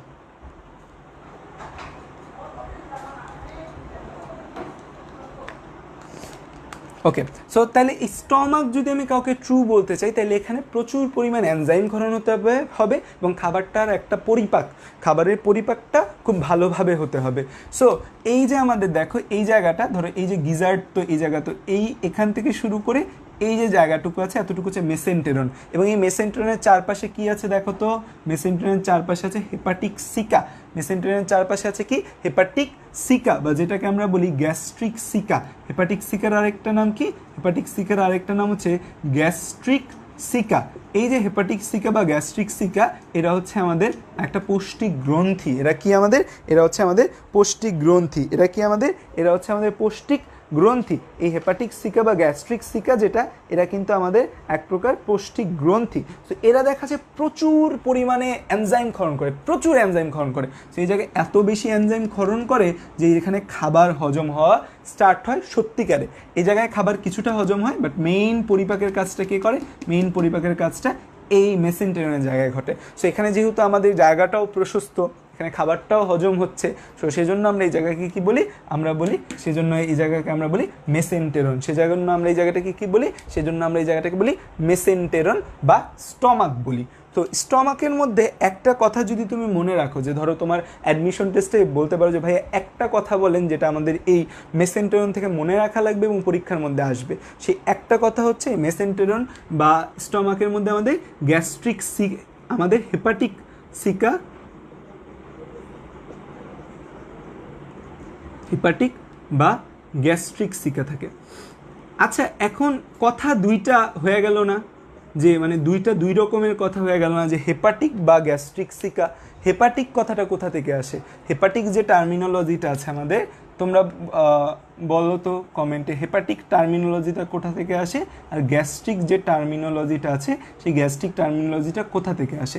হেপাটিক যে টার্মিনোলজিটা আছে, সেই হেপাটিক যে টার্মিনোলজিটা আছে, চিত্রটা শিখবা, একবার শিখবা চিত্রটা একবার আঁকলে। হেপাটিক যে টার্মিনোলজিটা আছে সেটা আসে আমাদের হেপাটিক সেল থেকে। কোথা থেকে আসে? সেটা আমাদের আসে হচ্ছে হেপাটিক সেল থেকে আসে। গ্যাস্ট্রিক যে টার্মিনোলজিটা, এই টার্মটা আসে আমাদের গ্যাস্ট্রিক গ্ল্যান্ড থেকে আসে। কোথা থেকে আসে? গ্যাস্ট্রিক গ্ল্যান্ড থেকে আসে। এই গ্যাস্ট্রিক গ্ল্যান্ড আমাদের কোথায় থাকে? গ্যাস্ট্রিক গ্ল্যান্ড আমাদের থাকে স্টমাকে থাকে। গ্যাস্ট্রিক গ্ল্যান্ড বা গ্যাস্ট্রিক গ্রন্থি আমাদের কোথায় থাকে? স্টমাক বা পাকস্থলী। মানবদেহের স্টমাক বা পাকস্থলীতে গ্যাস্ট্রিক গ্ল্যান্ড থাকে। আর হেপাটিক সেল আমাদের কোথায় থাকে? হেপাটিক সেল হচ্ছে আমাদের লিভার। আমাদের যে লিভার বা যকৃৎ রয়েছে, এটা কিন্তু আমাদের এই হেপাটিক সেল দ্বারা তৈরি। লিভার বা যকৃৎটা কি আমাদের? লিভার বা যকৃৎটা কিন্তু আমাদের এই হেপাটিক সেল দ্বারা তৈরি। সো এই লিভার কথাটা যেখানে থাকবে সেই জায়গায় আমাদের হেপাটিক টার্মটা থাকে। স্টমাকের সাথে আমাদের এই গ্যাস্ট্রিক লিভার, স্টমাক কথাটার সাথে আমাদের গ্যাস্ট্রিক কথাটা যায়। তো স্টমাকের সাথে কোন কথাটা যায়? গ্যাস্ট্রিক। লিভার কথাটার সাথে কি যায়? হেপাটিক যায়। এখন কই স্টমাক আর কই লিভার, মানে স্টমাক কোথায় থাকে আর লিভার কই থাকে? পাশাপাশিই থাকে। এই বাম পাশে আমাদের থাকে স্টমাক আর এই পাশে থাকে আমাদের লিভার। দুইটার কাজ টোটালি আলাদা। স্টমাকের কাজ কি? খাবার হজমের সাথে জড়িত। আর লিভারের কাজ কি? লিভার হচ্ছে আমাদের দেহের রাসায়নিক কারখানা, যেখানে যত ধরনের রাসায়নিক বিক্রিয়া আছে সব ধরনের রাসায়নিক বিক্রিয়ার মধ্যে ঘটে। কয়শোর অধিক রাসায়নিক বিক্রিয়া লিভারে ঘটে? প্রায় 5 শতাধিক, মানে মোর দ্যান 500 বিক্রিয়া আমাদের লিভারে ঘটে। তাইলে এই জায়গায় যে সিকাগুলা থাকে, এগুলার নামকরণে দিল হেপাটিকও দিছে বা গ্যাস্ট্রিকও দিছে। দুইটা আলাদা আলাদা জিনিস না, দুইটা কাজ তো সেম না। সো কেন আমাদের এর নাম হেপাটিক সিকাও দিল আর গ্যাস্ট্রিক সিকাও দিল? এই যে আমাদের দুইটা নাম রয়েছে, এই দুইটা নাম দেওয়ার কারণটা আসলে কি? দুইটা নাম দেওয়ার কারণ হচ্ছে যে এরা দেখতে, মানে বিজ্ঞানীরা যখন একে প্রথম দেখতে গিয়ে এদের মনে হয়েছে যে এটা লিভার শেপড। আমাদের মানবদেহে যে লিভার থাকে সেই লিভারের মতো অনেকটা দেখতে, এবং এদের রঙটাও লিভারের মতো কিছুটা প্রকাশ হয়। সো দেখতে যেহেতু কিছুটা লিভারের মতো এবং লিভারের মতো রং আছে, তো এই জন্য নাম দিয়েছে, যেহেতু লিভারের সাথে জড়িত টার্ম হেপাটিক, লিভার সম্পর্কিত, এই জন্য নাম দিয়েছে হেপাটিক সিকা। কিন্তু পরবর্তীতে বিজ্ঞানীরা দেখলো যে এটা প্রচুর পরিমাণে এনজাইম ক্ষরণ করে, যে এনজাইমগুলা আমাদের খাবার হজমে সাহায্য করে। এই জন্য এই পুরা জায়গাটা, মানে ওরা যার উপরে থাকে বা যে জায়গাটায় থাকে সেই জায়গাটা নাম দিয়েছে বিজ্ঞানীরা স্টমাক। সো স্টমাক নাম যেহেতু দেওয়া হয়েছে এই মেসেন্টেরনের, এবং এরা মেইনলি থাকে আমাদের মেসেন্টেরনের মধ্যে, এদের বেশিরভাগ অংশ থাকে, সেজন্য স্টমাকের সাথে সংযুক্ত রাখার জন্য নাম দিয়েছে গ্যাস্ট্রিক সিকা। তো দেখতে কেমন সেজন্য নাম দিয়েছে হেপাটিক, কার্যপদ্ধতি কেমন সেজন্য নাম দিয়েছে গ্যাস্ট্রিক। তো হেপাটিক বা গ্যাস্ট্রিক সিকা টার্ম দুইটা কিন্তু কন্ট্রাডিক্টরি, যে হেপাটিক বলতে লিভার বোঝাচ্ছে, গ্যাস্ট্রিক বলতে আমাদের স্টমাক বোঝাচ্ছে, দুইটা কিন্তু আলাদা আলাদা জিনিস।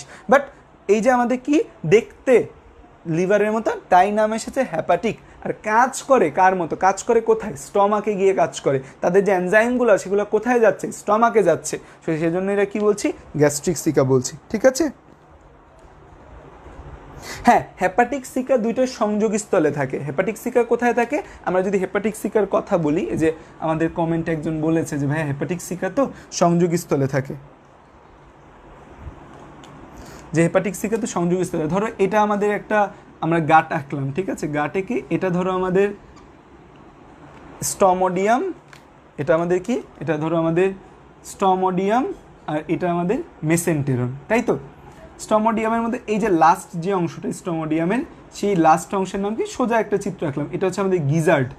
এই যে স্টমোডিয়ামের লাস্ট যে অংশ, এটা আমাদের গিজার্ড, জি ছোট করে লিখলাম, এটা আমাদের গিজার্ড।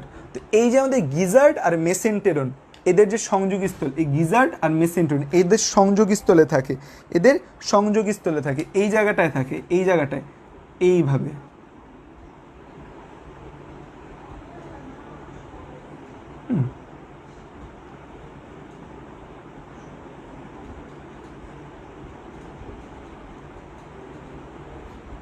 ঠিক আছে?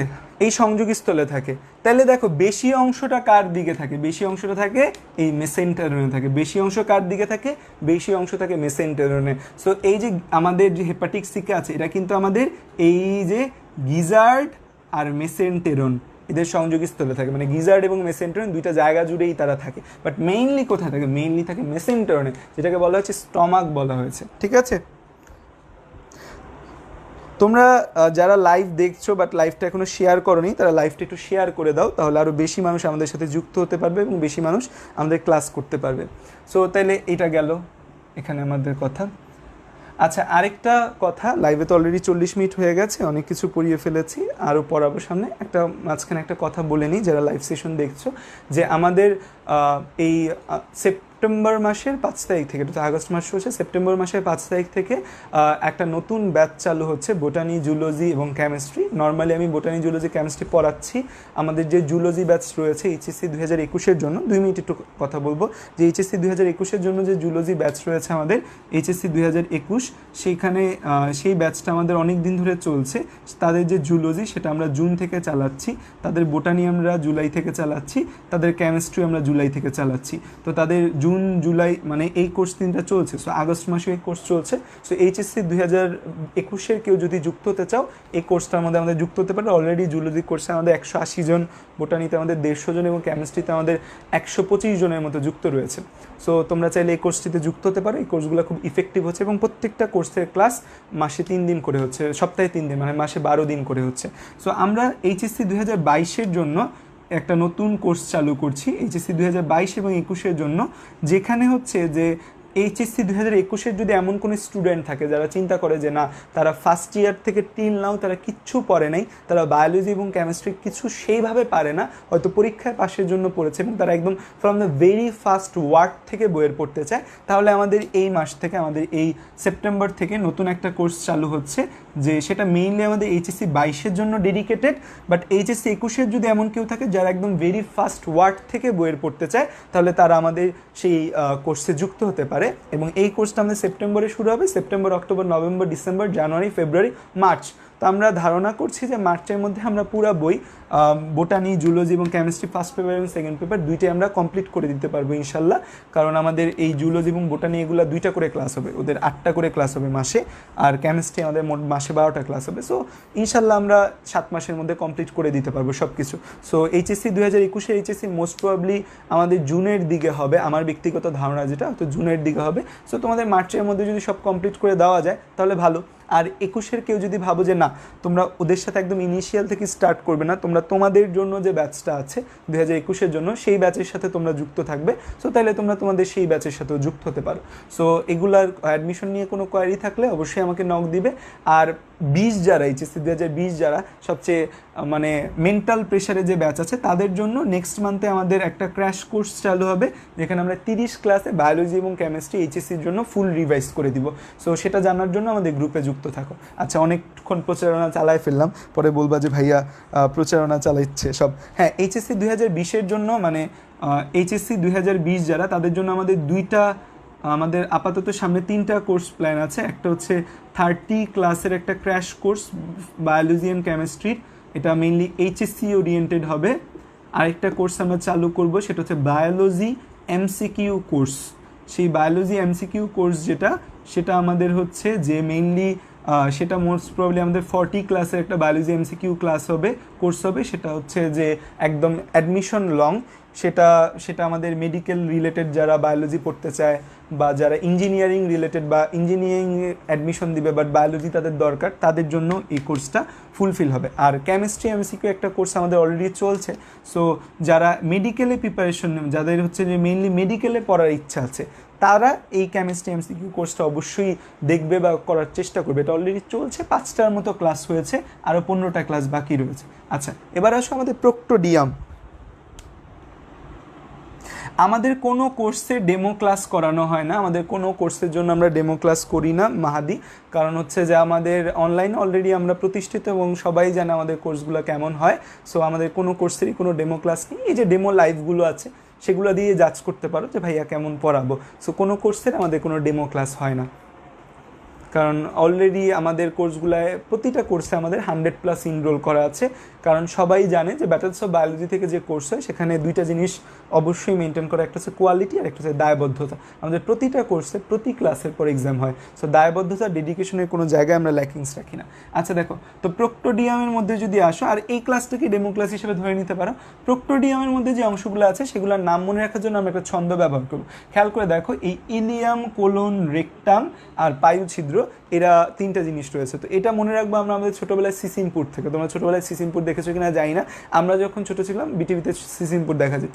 তো সিসিমপুরে একটা ক্যারেক্টার ছিল ইকরি, ইকরি ইকরি ইকরি, ওই যে মানে সে সব কিছু জানতে চায়, প্রশ্ন করে অনেক কিছু। সো ইকরির পা, এইটা দিয়ে আমরা মনে রাখবো যে আমাদের প্রক্টোডিয়াম কী কী অংশ রয়েছে, আমাদের ইকরির পা। সো ইকরির পা দিয়ে আমরা মনে রাখতে পারি। তো ই দ্বারা কী আসে, ই দ্বারা আসে আমাদের হচ্ছে ইলিয়াম। আচ্ছা একটু বড় করে লিখি, নাহলে অনেকে দেখতে পাবে না। ইকরির পা,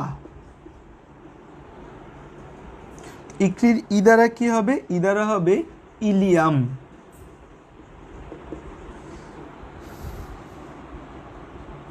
ক দ্বারা কি, ক দ্বারা হচ্ছে আমাদের কোলন। র দ্বারা রেকটাম। আর প দ্বারা হচ্ছে পায়ু ছিদ্র। প দ্বারা কি, পায়ু ছিদ্র। আচ্ছা, তো দেখো আমাদের এই যে রয়েছে, এখন এখান থেকে আমরা এই চারটা হচ্ছে আমাদের প্রক্টোডিয়ামের অংশ। অলরেডি আমাদের ক্লাসে 50 মিনিট হয়ে গেছে। তোমরা অনেকে কালকে বলবা যে দূর 50 মিনিট দেওয়া খালি হচ্ছে এই পৌষ্টিকতন্ত্রের এই অংশগুলাই পড়াইছেন, বুগিজুগি পড়াইছেন, আসল পড়ার নেই।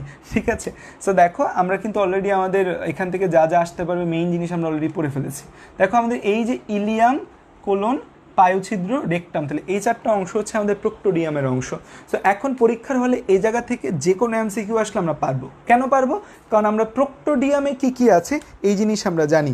আমরা প্রক্টোডিয়ামে কী কী আছে আমরা এই জিনিস জানি। আমরা প্রক্টোডিয়ামে কী কী আছে এটা আমরা অলরেডি জানি। প্রক্টোডিয়ামে কী কী আছে আমাদের ইলিয়াম, কোলন, রেকটাম, পায়ুছিদ্র, এই চারটা অংশ আমাদের প্রক্টোডিয়ামের অংশ।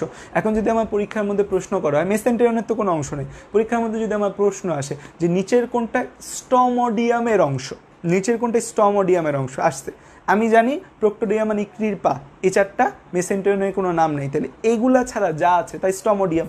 সো স্টমোডিয়ামের যে নামগুলো আছে সেগুলো যদি আমি কোনো কারণে ভুলেও যাই, যে না আমি পরীক্ষার মধ্যে ভুলে গেছি যে স্টমোডিয়ামের কী কী অংশ আছে, তাইলেও কিন্তু আমাদের কোনো প্রবলেম নেই, কারণ কি আমি প্রক্টোডিয়ামের চারটা অংশ মনে রেখেছি। এবং আশা করি এই ছন্দ তোমরা ভুলবা না, সিসিমপুরের ইকরি ইকরি ইকরি ইকরি।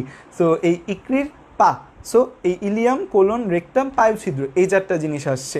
এই চারটা ছাড়া যা আছে তাই স্টমোডিয়াম আর মেসেন্টেরিয়ন। মেসেন্টেরিয়নের মধ্যে কোনো নাম নাই, সো মেসেন্টেরিয়ন মানে মেসেন্টেরিয়ন, তাহলে স্টমোডিয়ামের অংশ বাকি আছে। এখান থেকে আমাদের অনেক এমসিকিউ আমাদের অ্যাডমিশন টেস্টে আসে, এবং মাথায় রাখবা মেডিকেল অ্যাডমিশন টেস্টে ঘাসফড়িং থেকে একটা এমসিকিউ আসবেই, এটা পেইড।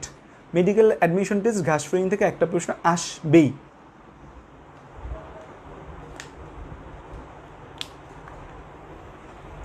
আচ্ছা, ইংরেজি কোর্সের ডেমো ক্লাস আমাদের ফেসবুক গ্রুপে আপলোড, আমাদের ইউটিউবে আপলোড করা আছে, তোমরা সেই ডেমো ক্লাসটা চাইলে আমাদের ইউটিউব থেকে দেখে নিতে পারো। আর 2021-এর জন্য অলরেডি 3টা কোর্স রানিং আছে, কেউ চাইলে সেই রানিং কোর্সে যুক্ত হতে পারো। রানিং কোর্সে যুক্ত হলে আগের ক্লাসগুলো দেখারও সুযোগ রয়েছে, রেকর্ডেড ক্লাস করার, আর কেউ চাইলে নিউ কোর্সেও যুক্ত হতে পারো। সো কেউ যদি হচ্ছে যে আগের অংশগুলো, প্রথম দিকের পার্টগুলো পারো, তারা হচ্ছে যে রানিং কোর্সে অ্যাড হতে পারো। আচ্ছা, এবার সব পৌষ্টিক গ্রন্থি। পৌষ্টিক গ্রন্থি নিয়ে আমাদের যদি কথা বলি, তাহলে পৌষ্টিক গ্রন্থির মধ্যে কী কী অংশ রয়েছে, প্রথমেই দেখো এখানে দেখতে পাচ্ছি আমরা যে আঙ্গুরের মতো ঝুলছে, এগুলোকে আমরা কি বলি, লালা গ্রন্থি বলি। আমরা কি বলি, আমরা বলি লালা গ্রন্থি বলি। আর আমাদের কোর্সের কোনো ডিটেলস জানতে চাইলে তোমরা আমাকে কল করতে পারো বা ফেসবুকে নক দিতে পারো। আর হচ্ছে আমাদের অ্যানাউন্সমেন্ট পোস্টে কোর্সের ডিটেলস দেওয়া আছে। তো আমাদের প্রথমে কি, আমাদের লালা গ্রন্থি হচ্ছে আমাদের পৌষ্টিক গ্রন্থি। তারপর আমরা কি দেখতে পাচ্ছি, এই হেপাটিক সিকা দেখতে পাচ্ছি। আমরা কি দেখতে পাচ্ছি, হেপাটিক সিকা বা হেপাটিক সিকা, বা যেটাকে আমরা বলছি কি গ্যাস্ট্রিক সিকা, হেপাটিক সিকা বা গ্যাস্ট্রিক সিকা দেখতে পাচ্ছি। আরেকটা অংশ থাকে আমাদের, সেটা হচ্ছে মেসেন্টেরন যে রয়েছে, সেই মেসেন্টেরনের অন্ত আবরণ, মেসেন্টেরনের অন্ত আবরণ। হেপাটিক সিকা কি মেসেন্টেরনের পার্ট? হেপাটিক সিকাটা একটা গ্রন্থি। হেপাটিক সিকাটা কি একটা গ্রন্থি, হেপাটিক সিকা কি একটা গ্রন্থি। তো আমাদের বইয়ে যেটা বলা আছে যে হেপাটিক সিকাটা এই মেসেন্টেরিয়নের উপরে থাকে। মেসেন্টেরিয়নের কোথায় থাকে? উপরে থাকে। তো দেখা যায় আমাদের যে মেসেন্টেরিয়ন রয়েছে সেই মেসেন্টেরিয়নের উপরে দেখা যায় আমাদের এই হেপাটিক সিকাটা থাকে। হেপাটিক সিকাটা কোথায় থাকে? এই মেসেন্টেরিয়নের ঠিক উপরের দিকে এই হেপাটিক সিকাটা তাদের রসক্ষরণ করে। আর এই আরেকটা অংশ আছে, সেটা হচ্ছে মেসেন্টেরিয়নের অন্ত আবরণ। আমাদের যে মেসেন্টেরিয়ন রয়েছে সেই মেসেন্টেরিয়নে আমরা জানি যে কোনো কিছু, ধরো একটা অর্গান, এটা একটা এরকম একটা অর্গান, সেটা যদি এরকম একটা অর্গান হয় তাহলে সবচেয়ে বাইরেরটাকে আমরা কি বলবো? সবচেয়ে বাইরের যে অংশ আছে তাকে আমরা বলবো বহির আবরণ। বহির আবরণ। আর ভেতরের অংশটাকে আমরা কি বলবো? অন্ত আবরণ। আর মাঝখানের অংশটাকে কি বলবো আমরা? মধ্য আবরণ। সো এরকম আমাদের আমরা আবরণ, কোনো কিছু আবরণকে মধ্য অংশ, আবরণ না বলে মধ্য অংশ বলতে পারি। তো এই মেসেন্টেরিয়নের যে আমাদের অন্ত আবরণ রয়েছে, ইন্টারনাল যে আবরণ রয়েছে, সেই ইন্টারনাল আবরণটা আমাদের এই পৌষ্টিক গ্রন্থির অংশ। এর মধ্যে প্রধান পৌষ্টিক গ্রন্থিকে লালা গ্রন্থি, হেপাটিক সিকা, মেসেন্টেরিয়ন। এর মধ্যে আমাদের প্রধান গ্রন্থিকে, আমাদের কি প্রধান গ্রন্থিকে, প্রধান গ্রন্থি হিসেবে কে কাজ করে? আমাদের প্রধান গ্রন্থি হিসেবে কাজ করে আমাদের লালা গ্রন্থি। এই যে ওদের লালা গ্রন্থিটা কাজ করে কি হিসাবে? লালা গ্রন্থিটা কাজ করে ওদের প্রধান গ্রন্থি হিসেবে। দেখা যায় প্রধান পৌষ্টিক গ্রন্থি হিসেবে কে কাজ করে? প্রধান পৌষ্টিক গ্রন্থি হিসেবে কাজ করে আমাদের এই লালা গ্রন্থিটা প্রধান পৌষ্টিক গ্রন্থি হিসেবে কাজ করে। গ্যাস্ট্রিক সিকা বা হেপাটিক সিকা, এর থেকে একটা ইনফরমেশন না জানলে পাপ হবে। এইচএসসি পাস করলেও সেই এইচএসসি পাস করার পর অ্যাডমিশন লিস্টে চান্স পেতে কষ্ট হবে। সেটা হচ্ছে আমাদের হেপাটিক সিকা বা গ্যাস্ট্রিক সিকার সংখ্যা 6 জোড়া, 6 পেয়ার, 6 জোড়া, 6 জোড়া থাকে। এই প্রশ্নটা অ্যাডমিশন টেস্টের জন্য পেইড একটা কোশ্চেন। আমি মনে হয় আমার প্রশ্ন ব্যাংক সলভে, ঢাকা ইউনিভার্সিটির প্রশ্ন ব্যাংক সলভেও মোস্ট প্রবলি এটা, বা মেডিকেলের প্রশ্ন ব্যাংক সলভে এটা এসেছে লাস্ট ইয়ার মেডিকেলে, যে হেপাটিক সিকা বা গ্যাস্ট্রিক সিকা কয়টা থাকে। সো এই প্রশ্নটার জন্য একটা জসিমের গল্প আছে। তোমাদের জসিমের গল্প হচ্ছে যে আমরা পড়াইছিলাম যে জসিমের গল্প, যে মালপিজিয়ান টিবিউল, ও মালপিজিয়ান নালিকা, সরি এই মালপিজিয়ান নালিকার কথা বলছো? না না, মালপিজিয়ান নালিকা আমাদের মেসেন্টেরিয়ন বা কোনো কিছু পার্টনার, সরি। যে যারা প্রশ্ন করেছে, তানজিম তাবাসসুম প্রশ্ন করেছে, আরেকজনও মনে এই প্রশ্নটা করেছিলে যে মালপিজিয়ান নালিকা নিয়ে, যে মালপিজিয়ান যে নালিকা আছে সেটা আমাদের মেসেন্টেরিয়নের পার্টনার। মালপিজিয়ান নালিকাটা হয় যে মেসেন্টেরিয়নের চারপাশে এরকম থাকে, মেসেন্টেরিয়ন যেখানে থাকে তার চারপাশে এরকম সে ছড়ায় ছিটায় থাকে এই নালিকাটা, সে মেসেন্টেরিয়নের কোনো পার্টনার। তো এই যে আমাদের হেপাটিক সিকা বা গ্যাস্ট্রিক সিকা, সেটা আমাদের 6 জোড়া থাকে। কয় জোড়া থাকে? 6 জোড়া। তো এই পুরা যে অংশ আছে না, এই পুরো অংশের চারপাশে এরকম র্যাপ করে থাকে, যে চারপাশে এরকম এই যে সামনের দিকে থাকে 6টা, পেছনের দিকে থাকে 6টা। এখানে আমাদের জায়গা কম, এবং আমরা যেহেতু 3D ছবি আঁকছি না, আমরা হচ্ছে যে তিনটা দেখাইছি। তো আমাদের দেখা যায় এই 6টা গ্যাস্ট্রিক সিকা থাকে, 6টা গ্যাস্ট্রিক সিকা থাকে, এবং প্রতি জোড়া দেখা যায় গ্যাস্ট্রিক সিকা একটা সামনের দিকে একটা পেছনের দিকে প্রসারিত থাকে। এই হ্যাপাটিক সিকার কাজ কি? হ্যাপাটিক সিকার কাজ হচ্ছে সেও আমাদের এনজাইম ক্ষরণ করে। কি এনজাইম ক্ষরণ করে সেটা আমরা যখন হচ্ছে যে পড়বো সামনে, এই তখন আমরা এদের এনজাইমগুলো পড়ে ফেলবো, যে আমাদের হ্যাপাটিক সিকা বা গ্যাস্ট্রিক সিকা থেকে কি কি এনজাইম ক্ষরণ হয়। তো এখন আমাদের মজার ব্যাপার যেটা, সেটা হচ্ছে আমাদের এই যে হ্যাপাটিক সিকা বা গ্যাস্ট্রিক সিকাটা আছে 6 জোড়া। তো পরীক্ষার মধ্যে আমাদের এমসিকিউ আসে যে মানবদেহে হ্যাপাটিক সিকা কয়টি রয়েছে। তো তোমরা দিয়ে আসো কি হ্যাপাটিক সিকা কয়টি, মানবদেহ না সরি, আমাদের ঘাসফড়িংয়ে কয়টি হ্যাপাটিক সিকা আছে। তোমরা দিয়ে আসো 6টা, একদম কনফিডেন্টলি দাগাই দিয়েছো 6টা। দাগাই দিয়ে এসে হল থেকে বেরোয় বন্ধুকে ফোন দাও, বন্ধু আমি তো একদম মেডিকেলের চান্স, আমার তো সব একদম ফাটাই দিছি, আমার তো একদম 95টা শিওর, যে আমি 95টা শিওর দেখাইছি, আর 5টা একটু কনফিউজ আছে, আমি তো 100তে 100 পেয়ে যাবো, আমার ছবি তো মনে হচ্ছে যে মানে রেকর্ড ব্রেকিং আমার রেজাল্ট হবে এবার। সো এরকম তুমি হচ্ছে যে বইলে আসো, বাট কি করছো তুমি সব ভুল দাগায় দিয়ে আসছো। এই যে এরকম থাকে যে আমাদের হেপাটিক সিকা কয়টা বলছে, কয়টা মানে কি 6 জোড়া মানে কয়টা, 12টা, তুমি দিয়ে আসছো কয়টা, 6টা, তার মানে ভুল। এরকম কিছু জিনিস কনফিডেন্টলি ভুল করে দিয়ে আসো। তো মেডিকেলের প্রশ্নে এরকম লুপ থাকে, কিছু লুপ থাকে। কি লুপ? যে বলবে যে কয়টা জোড়া যেগুলো আছে সেগুলোকে কয়টা বলে দিবে, যে আমাদের মোট করটিক স্নেহ কয়টা আছে, করটিক স্নেহ কয়টা, আমাদের 12 জোড়া, 12 জোড়া মানে কয়টা, 24টা। সো আমরা এই জিনিসগুলো ভুল করি মেডিকেল অ্যাডমিশন টেস্টে। মালপিজিয়ান নালিকার কাজ কি? দেখো, মালপিজিয়ান নালিকার কাজ যদি বুঝতে চাও তাহলে বায়োলজিকে জানতে হবে। সেটা হচ্ছে আমাদের মানবদেহের কথা যখন আমরা বলি, মানবদেহের কথা যখন আমরা বলতে যাই তখন হচ্ছে যে আমরা আমাদের একটা রেচন অঙ্গ নিয়ে কথা বলি, কিডনি। কিডনির মধ্যে কিডনির একক কি? নেফ্রন। সেই নেফ্রনের মধ্যে দেখতে এই যে পেয়ালাকৃতির যে অংশটা থাকে এটাকে আমরা বলি বাউমেন্স ক্যাপসুল, আর এর উপরে আমাদের এই যে কৌশিক জালিকা গুচ্ছ থাকে তাকে বলি আমরা গ্লোমেরুলাস। এই পুরা দুইটা জিনিসকে একসাথে আমরা কি বলি? এই দুইটা অংশকে আমরা একসাথে বলি মালপিজিয়ান বডি। আমরা কি বলি? Malpighian body. তাহলে ওদেরও যে রেচন নালিকা যেটা থাকবে ঘাসফড়িংয়ে তাকে বলবো আমরা মালপিজিয়ান নালিকা বা মালপিজিয়ান টিবিউল। এখন কথা হচ্ছে যে এই যে আমাদের কথা হচ্ছে যে এই যে মালপিজিয়ান টিবিউল বা মালপিজিয়ান নালিকা, এটা নামকরণ কেন মালপেজি কথাটা আসছে? মালপেজি কথাটা কেন আসছে? যে মানুষের রেচন অঙ্গের সাথে মিল রেখে মানুষের মালপিজিয়ান বডি, এই জন্য এখানে মালপিজিয়ান নালিকা বলা হয়েছে? নো মাই ডিয়ার স্টুডেন্টস, যে এটা হচ্ছে বিজ্ঞানী আবিষ্কার করেছে, তার নাম ছিল মালপেজি। তার নাম কি ছিল? তার নাম ছিল মালপেজি। তার নাম কি ছিল? মালপেজি। তো বিজ্ঞানী মালপেজি মানবদেহের রেচনাঙ্গ আবিষ্কার করেছে, ওদের রেচনাঙ্গেরও এই জিনিসটা আবিষ্কার করেছে, এবং সে হচ্ছে তার নাম যশ চাইছে যে সবার কাছে টিকে থাকুক। ও হচ্ছে যে চালাক। কিছু বিজ্ঞানী আছে চালাক, কিছু আছে বোকা। কারা বোকা? যারা আবিষ্কার করে তার একটা আলাদা নাম দিয়ে গেছে, নিজের নাম না দিয়া। আর যারা চালাক তারা কি করছে? নিজের নাম দিয়ে দিছে, যে না এটা আবিষ্কার করছে, এটা আমার নাম, যেন আমার নাম মানুষ আজীবন মনে রাখে। তো এই হচ্ছে যে আমাদের পৌষ্টিক গ্রন্থির কথা। সো এবার আসো পৌষ্টিক গ্রন্থি নিয়েও আমরা পড়বো। এবার আসো যে আমরা প্রত্যেকটা অংশ নিয়ে কিছু বিস্তারিত পড়ালেখা করি। আচ্ছা আসো দেখা যাক। আমরা হচ্ছে যে এবার আসো যে প্রতিটা অংশ নিয়ে আমরা কিছুটা কথাবার্তা বলি। আমাদের স্টমোডিয়াম নিয়ে আমরা প্রথমে কথা বলবো। স্টমোডিয়াম। স্টমোডিয়াম নিয়ে কথা বলে প্রথম যে অংশটা আমাদের আসে সেই অংশটার নাম হচ্ছে আমাদের এই মুখছিদ্র। প্রথম কথাটা কি আসে? আমাদের মুখছিদ্র কথাটা আসে। তাহলে মুখছিদ্র বা মাউথ, আমরা মুখছিদ্র বলি বা আমরা যে মাউথ বলি। তো এই মুখছিদ্র বা মাউথ যেটা রয়েছে এটা আমাদের কোথায় থাকে? এটা আমাদের যে জায়গাটায় থাকে সেই জায়গাটাকে আমরা বলি যে প্রি ওরাল ক্যাভিটি। এটা এই মুখছিদ্রটা আমাদের থাকে যে pre oral cavity. Pre oral cavity যে রয়েছে, ক্যাভিটি মানে গহ্বর, এর গোড়ায় থাকে। প্রি ওরাল ক্যাভিটির গোড়ায় থাকে। তাহলে আমাদের মুখছিদ্র যে রয়েছে এই মুখছিদ্র মধ্যে প্রি ওরাল ক্যাভিটি। আচ্ছা, নালী এবং নালিকার মধ্যে পার্থক্য কি? জিদ্দি মুর্শিদা আমাকে প্রশ্নটা করেছে, এটা একটা ইম্পর্টেন্ট প্রশ্ন, আমি একটু উত্তর দিই। নালী নালিকা, তারপর আসে তোমার হচ্ছে রক্তনালীর ক্ষেত্র আছে। রক্তনালিকা ধরো হচ্ছে যে ধমনী, ধমনিকা। তো এই যে নিকা, ঠিক আছে, বা এই যে আমাদের নালী নালিকা, ধমনী ধমনিকা।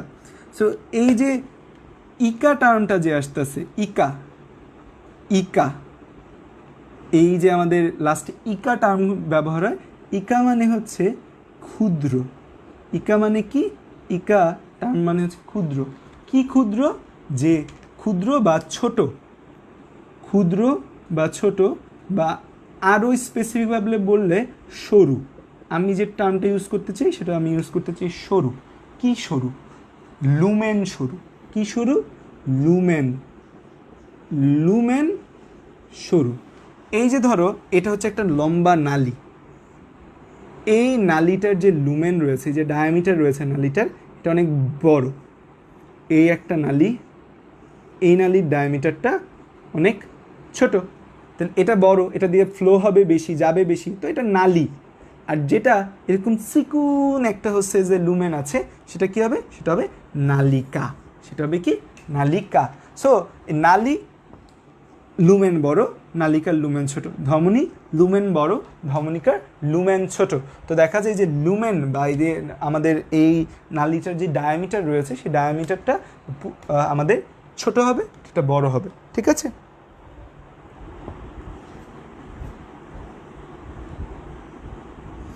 পরিপাকে শুধু হেপাটিক সিকার গুরুত্ব কি কি আছে?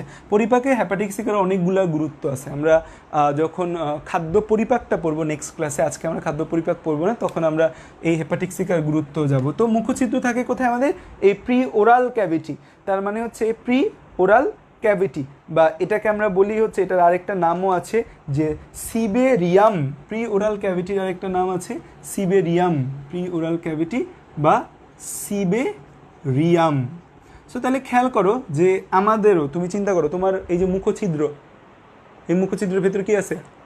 মুখগহ্বর আছে না? তার মানে কি মুখগহ্বর মানে কি? Oral cavity. মুখগহ্বর মানে কি? Oral cavity. তাহলে এই যে আমাদের মুখছিদ্র কি এই ওরাল ক্যাভিটির সামনে থাকছে, ওরাল ক্যাভিটি সামনে থাকছে। একই সাথে তুমি যখন খাবারটা খাচ্ছ, খাবারটা কোথায় যাচ্ছে? তোমার এই মুখছিদ্র দ্বারা এই যে ওরাল ক্যাভিটি আছে সেই ওরাল ক্যাভিটিতে যাচ্ছে, যাকে আমরা বলছি সিবেরিয়াম। তো এই মুখছিদ্রের কাজটা কি? তাহলে আমাদের মুখছিদ্রের কাজটা হচ্ছে এই মুখছিদ্রের মাধ্যমে খাবারটা দেহে প্রবেশ করছে। এই মুখছিদ্রের মাধ্যমে এদের যে খাবার রয়েছে সেই খাবার কোথায় প্রবেশ করছে? দেহে প্রবেশ করছে, দেহে প্রবেশ করে। তারপর আসা যাক 2 নম্বর যে পার্টটা, সেটা হচ্ছে আমাদের গলবিল। আচ্ছা, তোমরা কি আমাকে কমেন্ট একটু জানাইতে পারবা যে মানব দেহে গলবিলের কয়টা অংশ রয়েছে? মানব দেহে গলবিলের কয়টা অংশ রয়েছে?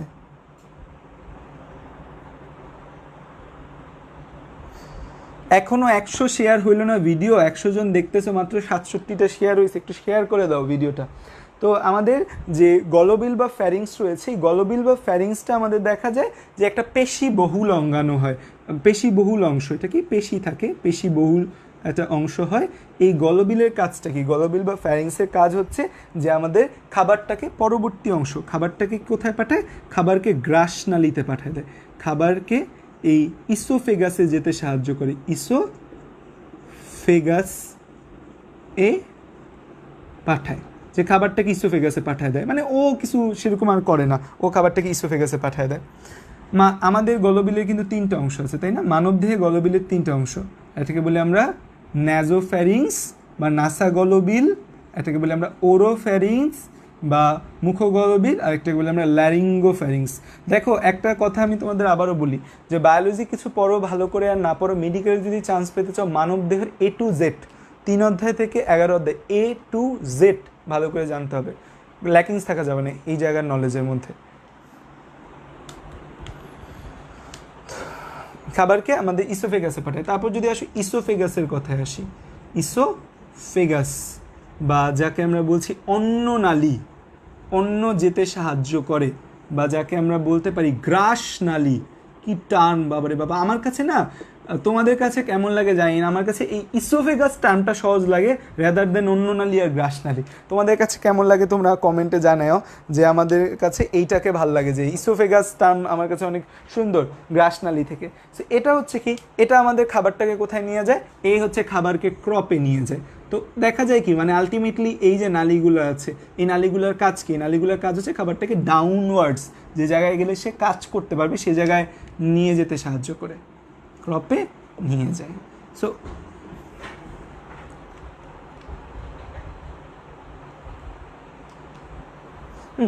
তো তাহলে আমাদের সবগুলার কাজ কি? আলটিমেটলি মুখছিদ্র থেকে গলবিলে যাবে, গলবিল থেকে ইসোফেগাসে যাবে, এটাই হচ্ছে এর কাজ। এবার সব ক্রপ নিয়ে আমরা কথাবার্তা বলি, যে ক্রপ জিনিসটা আসলে কি? ক্রপ, ক্রপ মানে কি? ক্রপ মানে আমরা জানি হচ্ছে ক্রপ।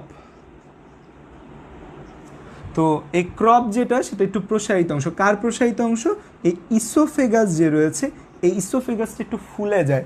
ইসোফেগাসটা কি হয়? ইসোফেগাসটা একটু ফুলে যায়। এই যে আমাদের ইসোফেগাসটা ফুলে যায়, ফুলে গিয়ে একটা থলির মতো গঠন করে, সেই থলিকে আমরা ক্রপ বলি। তো আমাদের এই ইসোফেগাস এর ফুলে যাওয়া অংশ, আচ্ছা ফুলে যাওয়া মানেই তো স্ফীত, তাই না? ফুলে যাওয়া, ফুলে যাওয়া, বা আমাদের বইয়ের ভাষায় যে খাঁটি বাংলা ভাষা বলা আছে স্ফীত অংশ, একে আমরা কি বলি? একে আমরা বলি ক্রপ বলি। সো ক্রপের কথা আমাদের মনে রাখতে হবে। 2টা লাইন বলবো, 2টা লাইনের একটা লাইনও অ্যাডমিশন টেস্টের জন্য ভোলা যাবে না। গ্রাসনালী সুন্দর লাগে, 2টা লাইনের একটা লাইনও ভোলা যাবে না। যে প্রথম কথা, এই ইসোফেগাস আমাদের প্রথম কাজ যেটা করে সেটা হচ্ছে সেখানে আমাদের খাবার কিছু সময় জমা থাকে, খাবার কিছু সময় জমা থাকে, কিছু সময় জমা থাকে, খাবার আমাদের কিছু অল্প টাইম জমা থাকবে। আর এই আরেকটা কাজ কি, এই জায়গায় আমাদের পরিপাকের সূত্রপাত হয়। এই দুইটা লাইন মানে আল্লাহর দোহাই লাগে ভুলবা না, জীবনও ভুলবা না এই দুইটা লাইন। এই দুইটা এমসিকিউতে আসবে আসবে আসবে আসবে। পরিপাকের সূত্রপাত ঘটে, এটা তো এমসিকিউতে আসে যে কোথায় পরিপাকের সূত্রপাত ঘটে, কোথায় পরিপাকের সূত্রপাত ঘটে, কোথায় পরিপাকের সূত্রপাত ঘটে, আমাদের এই যে ক্রপ রয়েছে, ক্রপে পরিপাকের সূত্রপাত ঘটে। এটা ট্রিপল স্টার। ঘাসফড়িংয়ের এত কিছু মনে হচ্ছে মানুষের থেকেও বেশি। দেখো ব্যাপারটা হচ্ছে যে আমরা যেমন মেডিকেল সায়েন্স নিয়ে যারা পড়ি, আমরা যেমন মানবদেহের সব কিছু নিয়ে পড়ি, এরকম কিন্তু আমাদের অবশ্যই ঘাসফড়িং নিয়ে পড়ে এরকম মানুষ আছে। অনেকে আছে ঘাসফড়িংয়ের উপর পিএইচডি করে, সো ঘাসফড়িংয়ের উপর ফার্দার ডিগ্রি। তো যারা ঘাসফড়িংয়ের উপর এত এত ডিগ্রি নেয় তারা তো হচ্ছে যে মানুষের মধ্যেই ঘাসফড়িং সম্পর্কে জানবে, তাই না? এবার আসো যে আমাদের ক্রপের পরবর্তী যে অংশ রয়েছে সেটা হচ্ছে যে গিজার্ড। আচ্ছা, এই জায়গাটা মুছে আমি একটু গিজার্ড আঁকবো। গিজার্ডটা একটু বোঝার জায়গা আছে। গিজার্ডের মধ্যে অনেকগুলো কথা আছে যেগুলো আমাদের ইম্পর্টেন্ট। আমাদের ঘাসফড়িং কিন্তু আমি একদম লাইভে তোমাদের লাইন বাই লাইন পড়ায় দিচ্ছি। অনেকের কাছে মনে হতে পারে যে ঘাসফড়িং আমরা অনেক লং টাইম নিয়ে পড়ছি, ভাইয়া কি বলছে। আমার পড়ার স্ট্র্যাটেজি হচ্ছে আমি এক কথা তোমাকে 10 বার বলবো যেন সেটা তোমার মাথায় গেঁথে যায়। তাড়াহুড়া করে পড়ার কোনো দরকার নেই, 10 বার বলে মাথায় গেঁথে দিব। এবং বইয়ের প্রতিটা লাইন, আমার পড়ানোর স্ট্র্যাটেজি হচ্ছে আমি তোমাকে এমনভাবে পড়াবো তুমি যেন যখন বই পড়তে যাবা বইয়ের প্রতিটা লাইন যেন তোমার মনে হয় যে এটা ভাইয়া বলেছে, এটা ভাইয়া পড়িয়েছে। এটা হচ্ছে আমার পড়ার প্রথম স্ট্র্যাটেজি। আমি তোমাকে ক্লিয়ার কনসেপ্ট করে দিব, তুমি বাকিটা পড়ে নিবা, সেই চিন্তা ভাবনায় আমি যাই না। আমার প্রতিটা লাইন পড়ায় দিতে হয় আমার স্টুডেন্টদের। তো এরপর আসো যে আমাদের পরবর্তী যে অংশ সেটা হচ্ছে আমাদের গিজার্ড। ঠিক আছে, আমাদের এই যে গিজার্ড রয়েছে, এই গিজার্ড এর মধ্যে আমাদের অনেকগুলা কথা রয়েছে যে খুবই ইম্পর্টেন্ট জিনিস রয়েছে গিজার্ডের মধ্যে। এই গিজার্ডটা আমাদের ত্রিকোণাকার হয়। এই গিজার্ডটা কেমন হয় আমাদের? গিজার্ডটা দেখতে আমাদের ত্রিকোণাকার। এই গিজার্ডটা কি আমাদের? গিজার্ডটা হচ্ছে আমাদের ত্রিকোণাকার। গিজার্ডটা আমাদের কেমন হয়? গিজার্ডের মধ্যে আমাদের মনে রাখতে হবে গিজার্ডটা আমাদের ত্রিকোণাকার, শক্ত, পুরু প্রাচীর বিশিষ্ট। ত্রিকোণাকার, তারপর কেমন হবে? শক্ত, পুরু প্রাচীর বিশিষ্ট। এবং আমি লাইভে এমনভাবেই পড়ানোর চেষ্টা করি, আমি আমার ব্যাচে যেভাবে পড়াই, যে ফ্রি লাইভ হচ্ছে এই জন্য এক্সট্রা ভালোভাবে পড়ানো বা এক্সট্রা খারাপভাবে পড়ানো সেরকম না। আমার ব্যাচে যেভাবে পড়াই সেভাবেই আমি পড়ানোর চেষ্টা করি। ত্রিকোণাকার, শক্ত, পুরু প্রাচীর বিশিষ্ট হবে। ত্রিকোণাকার হবে, শক্ত হবে, পুরু প্রাচীর বিশিষ্ট হবে। এবং আমার পড়াতে অনেক টাইম লাগে দেখে আমি 5টা লাইভই ঘাসফড়িংয়ের উপরই রাখছি, যে না একদম অনেক টাইম লাগতে পারে। সেই গিজারটা আমাদের ত্রিকোণাকার হবে, শক্ত হবে, পুরু প্রাচীর বিশিষ্ট হবে। এই তিনটা হচ্ছে আমাদের ইসোফেগাসের ডেফিনেশন। ইসোফেগাসের কোনো ডেফিনেশন নেই। ইসোফেগাসটা হচ্ছে যে তুমি কি বলতে পারো, ইসোফেগাসের কোনো ডেফিনেশন নেই। ইসোফেগাসটা তুমি বলতে পারো যে আমাদের একটা সরু সোজা নলাকার নালী, এটা সরু সোজা নলাকার নালী, এতটুকু কথা বলতে পারো তুমি। তো এই যে গিজার্ড আছে, গিজার্ডের মধ্যে আমাদের কিছু জিনিস থাকে। একটা জিনিস মনে রাখবা, গিজার্ডের মধ্যে আমাদের যা কিছু থাকে তার মধ্যে ছয়টা ব্যাপার থাকে। গিজার্ডের মধ্যে 6টা দাঁত থাকে। কি থাকে? গিজার্ডের মধ্যে 6টা দাঁত থাকে। গিজার্ডের মধ্যে কয়টা দাঁত থাকে? 6টা দাঁত থাকে। এবং এই দাঁতগুলো কিময়? এই দাঁতগুলো হচ্ছে কাইটিনময়। কিময়? কাইটিনময়। কাইটিন জিনিসটা আমরা কি জানি? কাইটিনটা হচ্ছে আমাদের একটা শক্ত জিনিস। কাইটিনটা হচ্ছে কি? কাইটিনটা হচ্ছে আমাদের একটা যে উদ্ভূত পলিস্যাকারাইড। আমার যে পলিস্যাকারাইড রয়েছে, কার্বোহাইড্রেটের ভিডিও আমার 19টা ভিডিও দেওয়া আছে আমার ইউটিউবে, দেখে নিতে পারো। কার্বোহাইড্রেটের মধ্যে মনো, ডাই, পলি। তো এই কাইটিনটা হচ্ছে একটা নাইট্রোজেন বিশিষ্ট পলিস্যাকারাইড। কাইটিনটাকে আমরা কি বলি? কাইটিনটা হচ্ছে একটা নাইট্রোজেন বিশিষ্ট পলিস্যাকারাইড। আমি আমার 100 ভিডিওর মধ্যে একটা ভিডিও তোমাদের দেখাবো না যে কীভাবে কাইটিন তৈরি হয়, যে নাইট্রোজেন বিশিষ্ট এটা কি একটা পলিস্যাকারাইড। তো এটার গঠনই হচ্ছে এটা খুব শক্ত, খুব টাফ স্ট্রাকচার হয় কাইটিন যে জায়গায় থাকবে সেটা অনেক শক্ত হয়। তো 6টা দাঁত থাকে, তাহলে কি হয়? কাইটিনময় হয়। সো এটা কি আমাদের নাইট্রোজেন বিশিষ্ট একটা পলিস্যাকারাইড থাকে। তারপর এখানে আমাদের 6টা আরও অনেক কিছু থাকে। 6টা দেখা যায় এখানে অনুলম্ব ভাঁজ থাকে। অনুলম্ব মানে হচ্ছে লঙ্গিচুডিনাল কিছু ভাঁজ থাকে, অনুলম্ব ভাঁজ থাকে। অনুলম্ব ভাঁজ থাকে, 6টা অনুলম্ব ভাঁজ থাকে। তারপর হচ্ছে আমরা এই জায়গায় দেখতে পাই যে দাঁতের পেছনে কিছু চুল থাকে এবং 6টা প্যাড থাকে। তো কিছু চুল থাকে, চুল মানে তো হচ্ছে যে চুল আমরা কাউন্ট করি না, মাথার চুল কয়টা আছে কাউন্ট করতে পারি না। আর 6টা প্যাড থাকে, প্যাড মানে হচ্ছে 6টা প্রলম্বিত অংশ থাকে। সো এই জিনিসগুলা আমাদের থাকে। সো তাইলে দেখা যায় যে 6টা দাঁত, 6টা অনুলম্ব ভাঁজ, চুল, প্যাড, এই যে আমাদের 6টা থাকে। তো একটা জিনিস মাথায় রাখো যে আমাদের কিন্তু গিজার্ডের মধ্যে কিন্তু 6টা থাকে যা থাকে, আর হেপাটিক সিকে আমাদের কয়টা? 6 জোড়া। তো এগুলা কিন্তু এমসিকিউর জন্য খুব ইম্পর্টেন্ট, সিকিউর জন্য ইম্পর্টেন্ট। সিকিউতে তোমাকে বললো যে একটা প্রাণীকে কাটা হলো, কেটে তার পেটের ভেতর দাঁত পাওয়া গেল, সেই প্রাণীটার নাম কি? সেই প্রাণীটার নাম ঘাসফড়িং। পেটের ভেতর দাঁত পাওয়া গেছে, কি অদ্ভুত ব্যাপার না, যে পেটের ভেতর দাঁত পাওয়া গেছে। এই 6টা দাঁত থাকে, এরা কাইটিনময় হয়। এই যে কাইটিনময় 6টা দাঁত থাকে, এরা হচ্ছে যে কাজ কি করবে, এখন কোনটার কি কাজ, চলো আমরা এই কাজগুলো একটু জানি।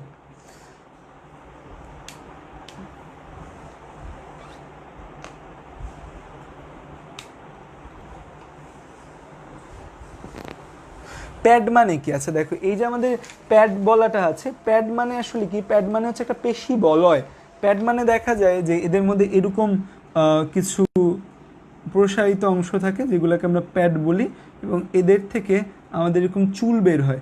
চুলগুলার কাজ কি? চুলগুলার কাজ হচ্ছে আমাদের ছাকতে সাহায্য করে। চুলগুলার কাজ কি? চুলগুলার কাজ হচ্ছে এরা ছাকতে সাহায্য করে। তো এই যে এরকম প্যাডের মতো কিছু অংশ থাকে, এগুলা থেকে এরকম চুলের মতো কিছু অংশ বেরোয়। এই চুলগুলার কাজ কি? এরা ফিল্টার বা ছাকার কাজ করে এরকম। তো খেয়াল করো, তো আসো আমরা হচ্ছে যে এবার এদের কার কি কাজ সেটা আমরা একটু জানার চেষ্টা করি। যে ধরো আমাদের এই যে প্যাড এবং চুল, এই দুইটার কথা বলছি। আচ্ছা প্রথমে আসা যাক আমাদের দাঁত এবং যে অনুলম্ব ভাঁজ রয়েছে, এই দাঁত আমাদের কি করে? এই দাঁত হচ্ছে দাঁত এবং অনুলম্ব ভাঁজ, এরা দুইজন মিলে আমার খাবারকে চূর্ণ করতে সাহায্য করে। খাবারকে চূর্ণ করে মানে ভাঙে কিছুটা। আর এই মেসেন্টেরন এবং প্যাড যে আছে, এটা ছাঁকনির মতো কাজ করে। কিসের মতো কাজ করে? ছাঁকনির মতো কাজ করে। ছাঁকনির কাজ কি? ছাঁকনির কাজ হচ্ছে ছেঁকে ছেঁকে জিনিসগুলোকে পাঠানো। ঠিক তেমনি এদের কাজ হচ্ছে, দেখো খেয়ালটা করো, আমি একটা ছবির মতো এঁকে দেখাই তোমাদের। এই ধরো দুইটা অংশ আমাদের এই ভাগ করলাম, এটাকে আমরা কি বলছি? নিচে দেখা যাচ্ছে মোস্ট প্রবলেম, আমি যতটুকু জানি এটা স্টমোডিয়াম, এটা মেসেন্টেরন। এখন আমাদের যে খাবারগুলো আছে, সেই খাবারগুলো কি হবে? আমাদের এই স্টমোডিয়াম হতে মেসেন্টেরনের দিকে যাবে না, স্টমোডিয়াম থেকে মেসেন্টেরনের দিকে যাবে। সো মেসেন্টেরন একটু জাদ্রেল ব্যাপার স্যাপার, সেই স্টমাকের মতো কাজ করে কিছুটা। তো এই যে যাবে, এই জায়গাটায় স্টমোডিয়াম থেকে, মানে আমাদের হচ্ছে স্টমোডিয়াম থেকে মেসেন্টেরনের দিকে যাবে। সো এই জন্য আমরা করি কি, সবাইকে যাইতে দিই না, যে আমরা এই জায়গায় প্যাড এবং চুল রেখে দিয়েছি, যেগুলো আমাদের ছাঁকনির মতো কাজ করে। কিসের মতো কাজ করে?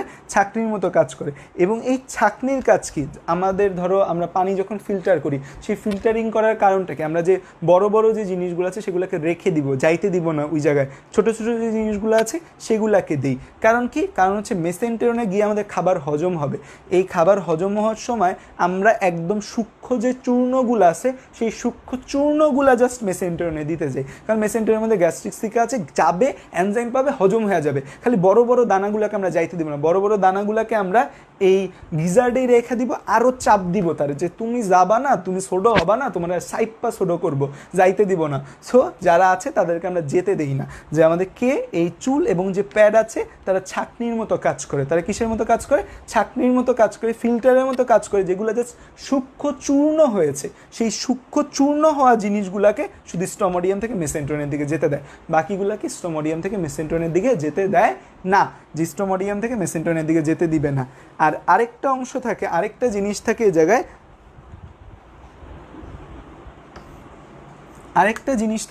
খুবই ইম্পর্টেন্ট কথা, সেটা হচ্ছে যে এখানে কপাটিকা থাকে। কি থাকে? কপাটিকা। এখানে কি থাকে? কপাটিকা, বা যেটাকে আমরা বলি ভালভ বলি। কপাটিকা বা ভালভ সবসময় মনে রাখবা, কপাটিকা বা ভালভ যে জায়গায় থাকে তার একটাই উদ্দেশ্য, ইউনিডিরেকশনাল ফ্লো মেনটেন করা। কি মেনটেন করা? ইউনিডিরেকশনাল ফ্লো মেনটেন করা। Flow maintain, unidirectional flow maintain মানে একদিকে জাস্ট যাইতে দিবে, বিপরীতমুখী। যে এখানে ধর একটা কপাটিকা আছে, ঠিক আছে, এখানে একটা ভালভ আছে, এই ভালভের কাজ কি, জিনিসটা এইখান থেকে জাস্ট এইখানেই যাইতে দিবে, বিপরীত দিকে আসতে দিবে না, বিপরীত দিকে আসতে দিবে না।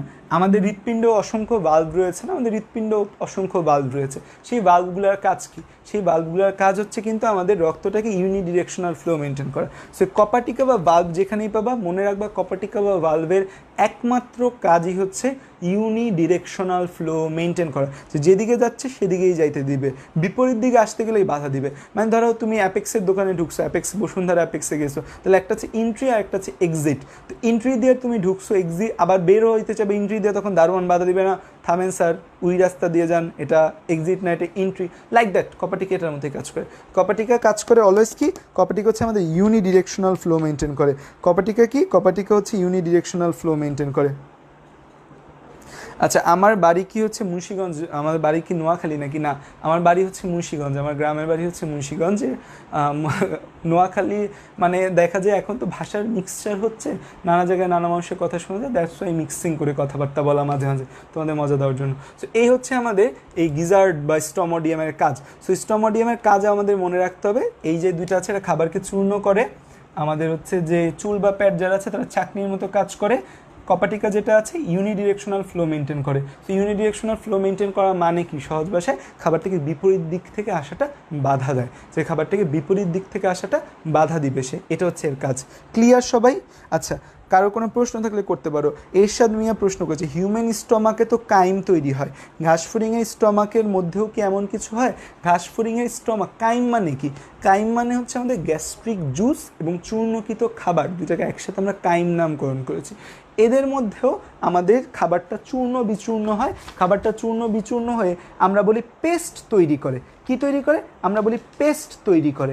এই যে আমাদের গিজার্ডের মধ্যে এই খাবারটাই যে চূর্ণ বিচূর্ণ হচ্ছে না, খাবারটাকে চূর্ণ করে এবং এখানে যে লালা গ্রন্থি থেকে যে লালা রসগুলা আমাদের এই জায়গাগুলোর মধ্যে আসে, সবগুলোকে মিলায়া খাবারটাকে একটা পেস্টে পরিণত করে। কিসে পরিণত করে? পেস্টে পরিণত করে।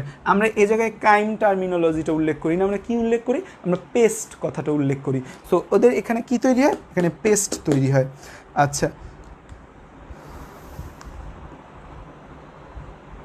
আর কারো কোনো প্রশ্ন থাকলে কমেন্টে প্রশ্ন করতে পারো। আমরা স্টুডেন্ট সংখ্যা কমে যাচ্ছে, সো দ্যাটস ওয়াই আমি এখন আর পড়াবো না, তোমরা প্রশ্ন করো।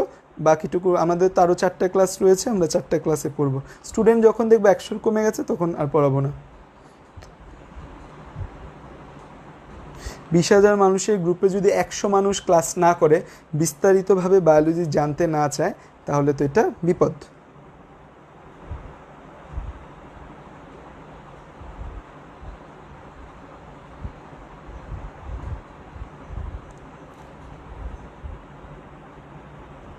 আচ্ছা, প্রশ্নের মধ্যে নিশাত তাসনিম মন প্রশ্ন করেছো যে প্রো ভেন্টিকুলাস কেন বলা হয়। আসো জানি যে প্রো ভেন্টিকুলাস কেন বলা হয়। দেখো, গিজার্ডের আরেকটা নাম হচ্ছে আমরা বলি প্রো ভেন্ট্রিকুলাস, প্রো ভেন্ট্রিকুলাস। তো আমরা ইনিশিয়ালি জানি বা আমরা বেসিক্যালি জানি যে প্রো মানে হচ্ছে আগে, আমরা বেসিক্যালি জানি প্রো মানে আগে। প্রোক্টোডিয়ামের ক্ষেত্রে আমি বলছিলাম যে জিনিসটা আলাদা। আর ভেন্ট্রিকুলাস একটা ল্যাটিন টার্ম, দ্যাট মিনস বেলি। ভেন্ট্রিকুলাস মানে কি? বেলি।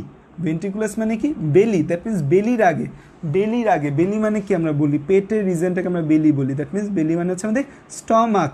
স্টমাকের আগের যে অংশটা সেটাকে আমরা বলি প্রোভেন্টিকুলাস। সেখানে স্টমাক হিসেবে কে কাজ করে? এখানে স্টমাক হিসেবে কাজ করে মেসেন্টেরন। কে কাজ করে? মেসেন্টেরন। সো দ্যাটস ওয়াই মেসেন্টেরনের আগের অংশ, মেসেন্টেরনের আগের অংশকে আমরা কি বলি? প্রোভেন্টিকুলাস। কারণ কি? প্রো মানে আগে, ভেন্ট্রিকুলাস মানে কি? বেলি। ভেন্ট্রিকুলাস মানে বেলি। সো বেলি মানে স্টমাক, স্টমাক মানে এখানে হিসেবে কাজ করে মেসেন্টেরন। সো মেসেন্টেরনের আগে গিজার্ড কি? মেসেন্টেরনের আগের যে অংশটা, এই যে মেসেন্টেরনের আগের যে অংশটা, তাকে কিন্তু আমরা গিজার্ড বলি। ওকে, একটা প্রশ্ন উত্তর গেল। ওরা কি কোনো এনজাইম ইউজ করে? হ্যাঁ, অবশ্যই ওরা এনজাইম ইউজ করে, যে ওদের এখানেও আমাদের অনেক এনজাইম রয়েছে। প্রি ওরাল ক্যাভিটির আরেকটা নাম বলেছিলাম, সেটা ছিল সিবেরিয়াম। প্রি ওরাল ক্যাভিটি, হ্যাঁ, নামাজে আমিও যাব, ইমামুল নামাজে আমিও যাব, নামাজে যাওয়ার জন্য ছেড়ে দিচ্ছি, এই জন্য তাকে ছেড়ে দিব যে আমাদের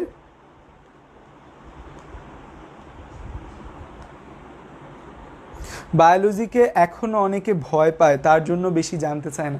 দেখো ব্যাপারটা হচ্ছে তুমি কোনো জিনিসকে যত ভয় পাবা সেই জিনিস তোমাকে তত ভয় দেখাবে এবং আলটিমেটলি সেই জিনিস তোমাকে বিপদে ফেলবে।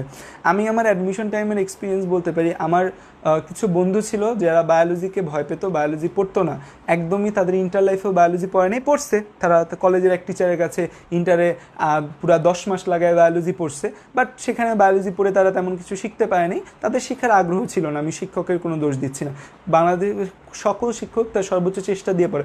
ওই শিক্ষকের কাছে পড়ে অনেকে অনেক ভালো জায়গায় চান্স পেয়েছে। তারা শিক্ষকের কাছে যেত আসতো, পড়তো না ঠিকমতো, মাসে 1500 টাকা দিয়ে পড়তো, যাইতো আসতো, পড়তো না, এরকম অনেক ফ্রেন্ড দেখছি। আলটিমেটলি আমার এরকম কিছু ফ্রেন্ড তারা ইঞ্জিনিয়ারিংয়ের প্রিপারেশন নিয়েছে। ইঞ্জিনিয়ারিংয়ের প্রিপারেশন নেওয়ার পর তাদের রেজাল্ট, এইচএসসি রেজাল্ট তত ভালো ছিল না, এ প্লাস এসেছিলো, গোল্ডেন আসে নাই। তারা সারা বাংলাদেশ ঘুরেছে, একদম ফ্রম টপ টু বটম, বাংলাদেশের এক প্রান্ত থেকে আরেক প্রান্ত, পুরো অ্যাডমিশন টেস্টে সব জায়গায় ঘুরেছে। ইঞ্জিনিয়ারিং ইউনিভার্সিটিগুলোতে যখন চান্স হয় নাই, যারা মধ্যবিত্ত স্টুডেন্ট তারা অনেক সময় দেখা যায় বুয়েট কুয়েট চুয়েটে চান্স পায় না, তো তাদের হচ্ছে মেইন টার্গেট থাকে যে আশেপাশে যে ইউনিভার্সিটিগুলো আছে, ইঞ্জিনিয়ারিং ইউনিভার্সিটি বলো, তারপর হচ্ছে যে নানা ইউনিভার্সিটিগুলো, তো সব জায়গায় বায়োলজি অ্যান্সার করা লাগে, মোস্ট অফ জায়গায় বায়োলজি অ্যান্সার করা লাগে। ওই যে ইন্টারে ঠিকমতো বায়োলজি পড়ে নাই, বেশিরভাগ জায়গায় তারা অন্যান্য সাবজেক্টগুলোয় পাস করছে, বায়োলজিতে ফেল করছে। অন্যান্য সাবজেক্টে পাস, বায়োলজিতে ফেল, অন্যান্য সাবজেক্টে পাস, বায়োলজিতে ফেল।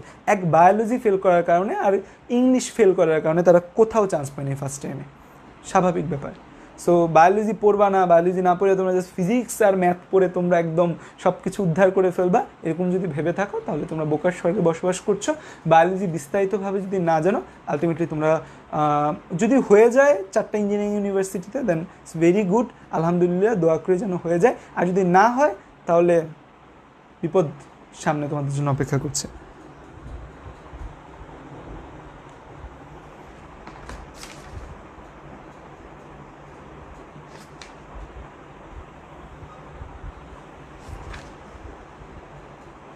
আচ্ছা, লালা গ্রন্থি কয় জোড়া থাকে? আচ্ছা খেয়াল করো, লালা গ্রন্থি, এই যে ছবি এঁকেছি না, ছবি আকার এই যেখানে দেখো, এটা কিন্তু একটা ব্রাঞ্চ, এটা লালা গ্রন্থির একটা অংশ, এটা লালা গ্রন্থির একটা অংশ, তাহলে এটা একটা লালা গ্রন্থি, এটা একটা লালা গ্রন্থি, তাহলে লালা গ্রন্থি কয়টা হলো? লালা গ্রন্থি হচ্ছে আমাদের 2টা বা 1 জোড়া থাকে, 2টা বা 1 জোড়া থাকে। এখানে তুমি বলতে পারবা ভাইয়া এখানে তো আপনি ছোট ছোট 3টা অংশ দেখাইছেন, তার মানে 3টা 6টা। নো ভাইয়া, এখানে 3টা 6টা না, ওই 2টা লালা গ্রন্থি, ঠিক আছে? লালা গ্রন্থি থেকে কিছু বাডিং এসেছে।